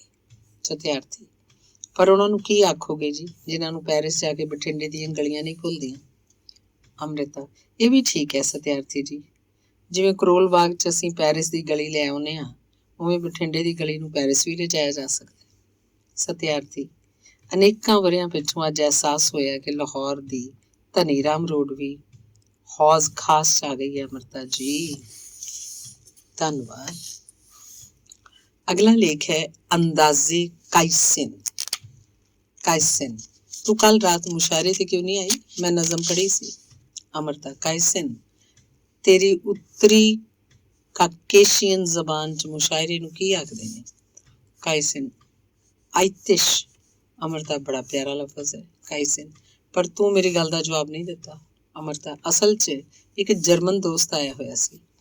ਕੱਲ ਉਹਦੀ ਹਿੰਦੁਸਤਾਨ 'ਚ ਆਖਰੀ ਸ਼ਾਮ ਸੀ। ਉਹ ਆਪਣੇ ਹਿੰਦੁਸਤਾਨੀ ਦੋਸਤਾਂ ਨੂੰ ਮਿਲਣਾ ਚਾਹੁੰਦਾ ਸੀ। ਕਾਇਸਿਨ ਇਹ ਜਰਮਨ ਹਮੇਸ਼ਾ ਸਾਡੇ ਰੂਸੀਆਂ ਦੇ ਰਾਹ 'ਚ ਆ ਜਾਂਦੇ ਨੇ, ਵੇਖ ਲੈ ਇਸ ਵਾਰੀ ਫਿਰ। ਇਹ ਇਨਵੇਡਰਸ, ਸੋ ਕੱਲ ਉਹਨੇ ਸਾਡੀ ਸ਼ਾਮ ਉੱਤੇ ਹਮਲਾ ਕਰ ਦਿੱਤਾ। ਅਮਰਤਾ ਤੂੰ ਰੂਸ ਦਾ ਮਸ਼ਹੂਰ ਪੈਰਾਟਰਪੁਰ ਹੁੰਦਾ ਸੀ। ਕਾਇਸਿਨ ਜਰਮਨੀ ਤੇ ਰੂਸ ਦੀ ਲੜਾਈ ਵੇਲੇ ਜਿੰਨੇ ਪੈਰਾਟਰਪਰ ਸਨ ਸਭ ਮਾਰੇ ਗਏ, ਸਿਰਫ 4 ਬਚੇ ਸਨ, ਮੈਂ ਉਹਨਾਂ 'ਚੋਂ ਇੱਕ ਹਾਂ। ਅਮਰਤਾ ਤੂੰ ਫੇਰ ਕਦੋਂ ਹਿੰਦੁਸਤਾਨ ਆਏਂਗਾ? ਕਾਇਸਿਨ ਸਾਰੀ ਉਮਰ 'ਚ ਪਹਿਲੀ ਵਾਰ ਆਇਆ, ਫਿਰ ਕੀ ਪਤਾ ਕਦੋਂ। ਉਂਝ ਮੈਨੂੰ ਤੁਹਾਡਾ ਦੇਸ਼ ਬੜਾ ਸੋਹਣਾ ਲੱਗਾ, ਸ਼ਾਇਰੀ ਦਾ ਦੇਸ਼। ਅਮਰਤਾ ਫਿਰ ਕਦੇ ਪੈਰਾਟਰਪਰ ਬਣ ਕੇ ਆ ਜਾਈ ਸ਼ਾਇਰੀ ਦੀ ਧਰਤੀ ਉੱਤੇ ਤੇ ਦੋਸਤੀ ਦੀ ਧਰਤੀ ਉੱਤੇ ਲੈਂਡ ਕਰਨ ਲਈ। ਕਾਇਸਿਨ ਜੰਗ ਦੀਆਂ ਟਰਮਸ ਜਦੋਂ ਦੋਸਤੀ ਤੇ ਸ਼ਾਇਰੀ ਦੇ ਮਾਮਲੇ 'ਚ ਵਰਤੀਏ ਤਾਂ ਕਿੱਡੀਆਂ ਚੰਗੀਆਂ ਲੱਗਦੀਆਂ ਨੇ। ਅਮਰਤਾ ਫੈਜ਼ ਦੇ ਗੁਲਸ਼ਨ ਦੇ ਕਾਰੋਬਾਰ ਵੱਲ। ਕਾਇਸਿਨ ਤੈਨੂੰ ਫੈਜ਼ ਪਸੰਦ ਹੈ? ਅਮਰਤਾ ਉਹਦੀ ਉਰਦੂ ਸ਼ਾਇਰੀ ਦਾ ਜ਼ਿਕਰ ਉਹਦੇ ਬਿਨਾਂ ਅਧੂਰਾ ਰਹਿ ਜਾਂਦਾ ਹੈ। ਕਾਇਸਿਨ ਮੈਨੂੰ ਵੀ ਉਹ ਬੜਾ ਪਸੰਦ ਹੈ, ਸੋ ਸਾਡੀ ਪਸੰਦ ਰਲ ਗਈ। ਅਮਰਤਾ ਹਾਂ ਸ਼ਾਇਰੀ ਦੇ ਮਾਮਲੇ 'ਚ, ਪਰ ਹੁਣ ਕੁਝ ਪੀਣ ਬਾਰੇ ਤੇਰਾ ਕੀ ਖਿਆਲ ਹੈ? ਚਾਹ, ਕੌਫੀ, ਰਮ? ਕਾਇਸਿਨ ਰਮ। ਅਮਰਤਾ ਐਗਰੀਡ। ਕਾਇਸਿਨ ਅਸੀਂ ਦੋਸਤੀ ਦੇ ਮਾਮਲੇ 'ਚ ਜੰਗ ਦੀਆਂ ਟਰਮਸ ਵਰਤ ਰਹੇ ਸਾਂ, ਸੋ ਉਸੇ ਸਿਲਸਿਲੇ 'ਚ ਮੈਂ ਪੁੱਛਦਾ ਤੂੰ ਮੇਰੇ ਦੇਸ਼ ਉੱਤੇ ਹਮਲਾ ਕਦੋਂ ਕਰਨਾ ਹੈ? ਅਮਰਤਾ ਜਦੋਂ ਤੂੰ ਆਖੇ, ਦੋਵਾਂ ਹੱਥਾਂ 'ਚ ਨਜ਼ਮਾਂ ਲੈ ਕੇ ਹਮਲਾ ਕਰਾਂਗੇ। ਕਾਇਸਿਨ ਅਸੀਂ ਵੀ ਦੋਵਾਂ ਹੱਥਾਂ 'ਚ ਨਜ਼ਮਾਂ ਲੈ ਕੇ ਮੁਕਾਬਲਾ ਕਰਾਂਗੇ, ਪਰ ਨਹੀਂ, ਮੈਂ ਫੈਸਲਾ ਕਰ ਲਿਆ, ਅਸੀਂ ਹਥਿਆਰ ਸੁੱਟ ਦਿਆਂਗੇ। Total surrender. ਅਮਰਤਾ ਗਾਲਿਬ ਦਾ ਅੰਦਾਜ਼ੇ ਬਿਆ ਮਸ਼ਹੂਰ ਸੀ, ਇਹਨੂੰ ਕੀ ਆਖਾਂ? ਅੰਦਾਜ਼ੇ ਕਾਇਸਿਨ ਚੰਗਾ ਇਹ ਟੋਸਟ ਅੰਦਾਜ਼ੇ ਕਾਇਸਿਨ ਲਈ।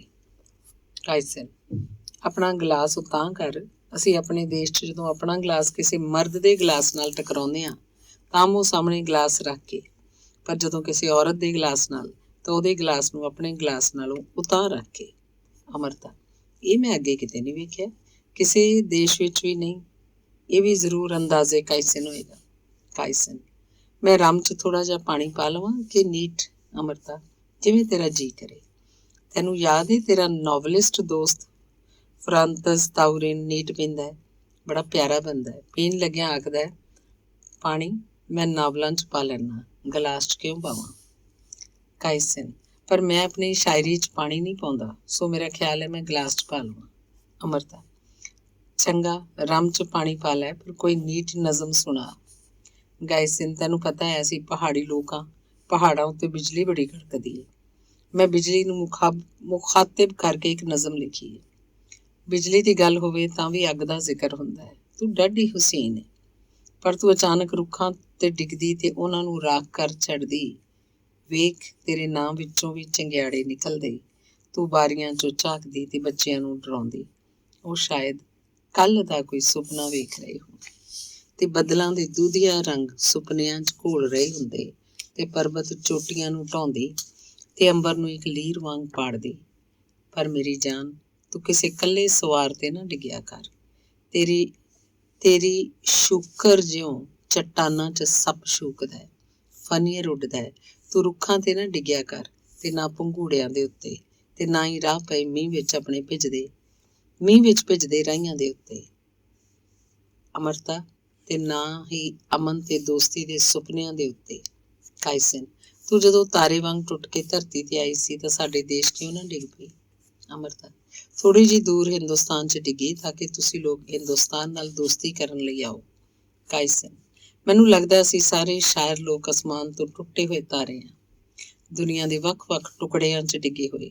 ਸ਼ਾਇਰ ਕਿਸੇ ਦੇਸ਼ ਦਾ ਹੋਵੇ, ਭਾਵੇਂ ਕਿਸੇ ਦੇਸ਼ ਦੇ ਸ਼ਾਇਰ ਨੂੰ ਮਿਲੇ, ਝੱਟ ਆਪਣੀ ਜ਼ਾਤ ਪਛਾਣ ਜਾਂਦਾ ਹੈ, ਤਾਰਿਆਂ ਦੀ ਜ਼ਾਤ। ਧੰਨਵਾਦ।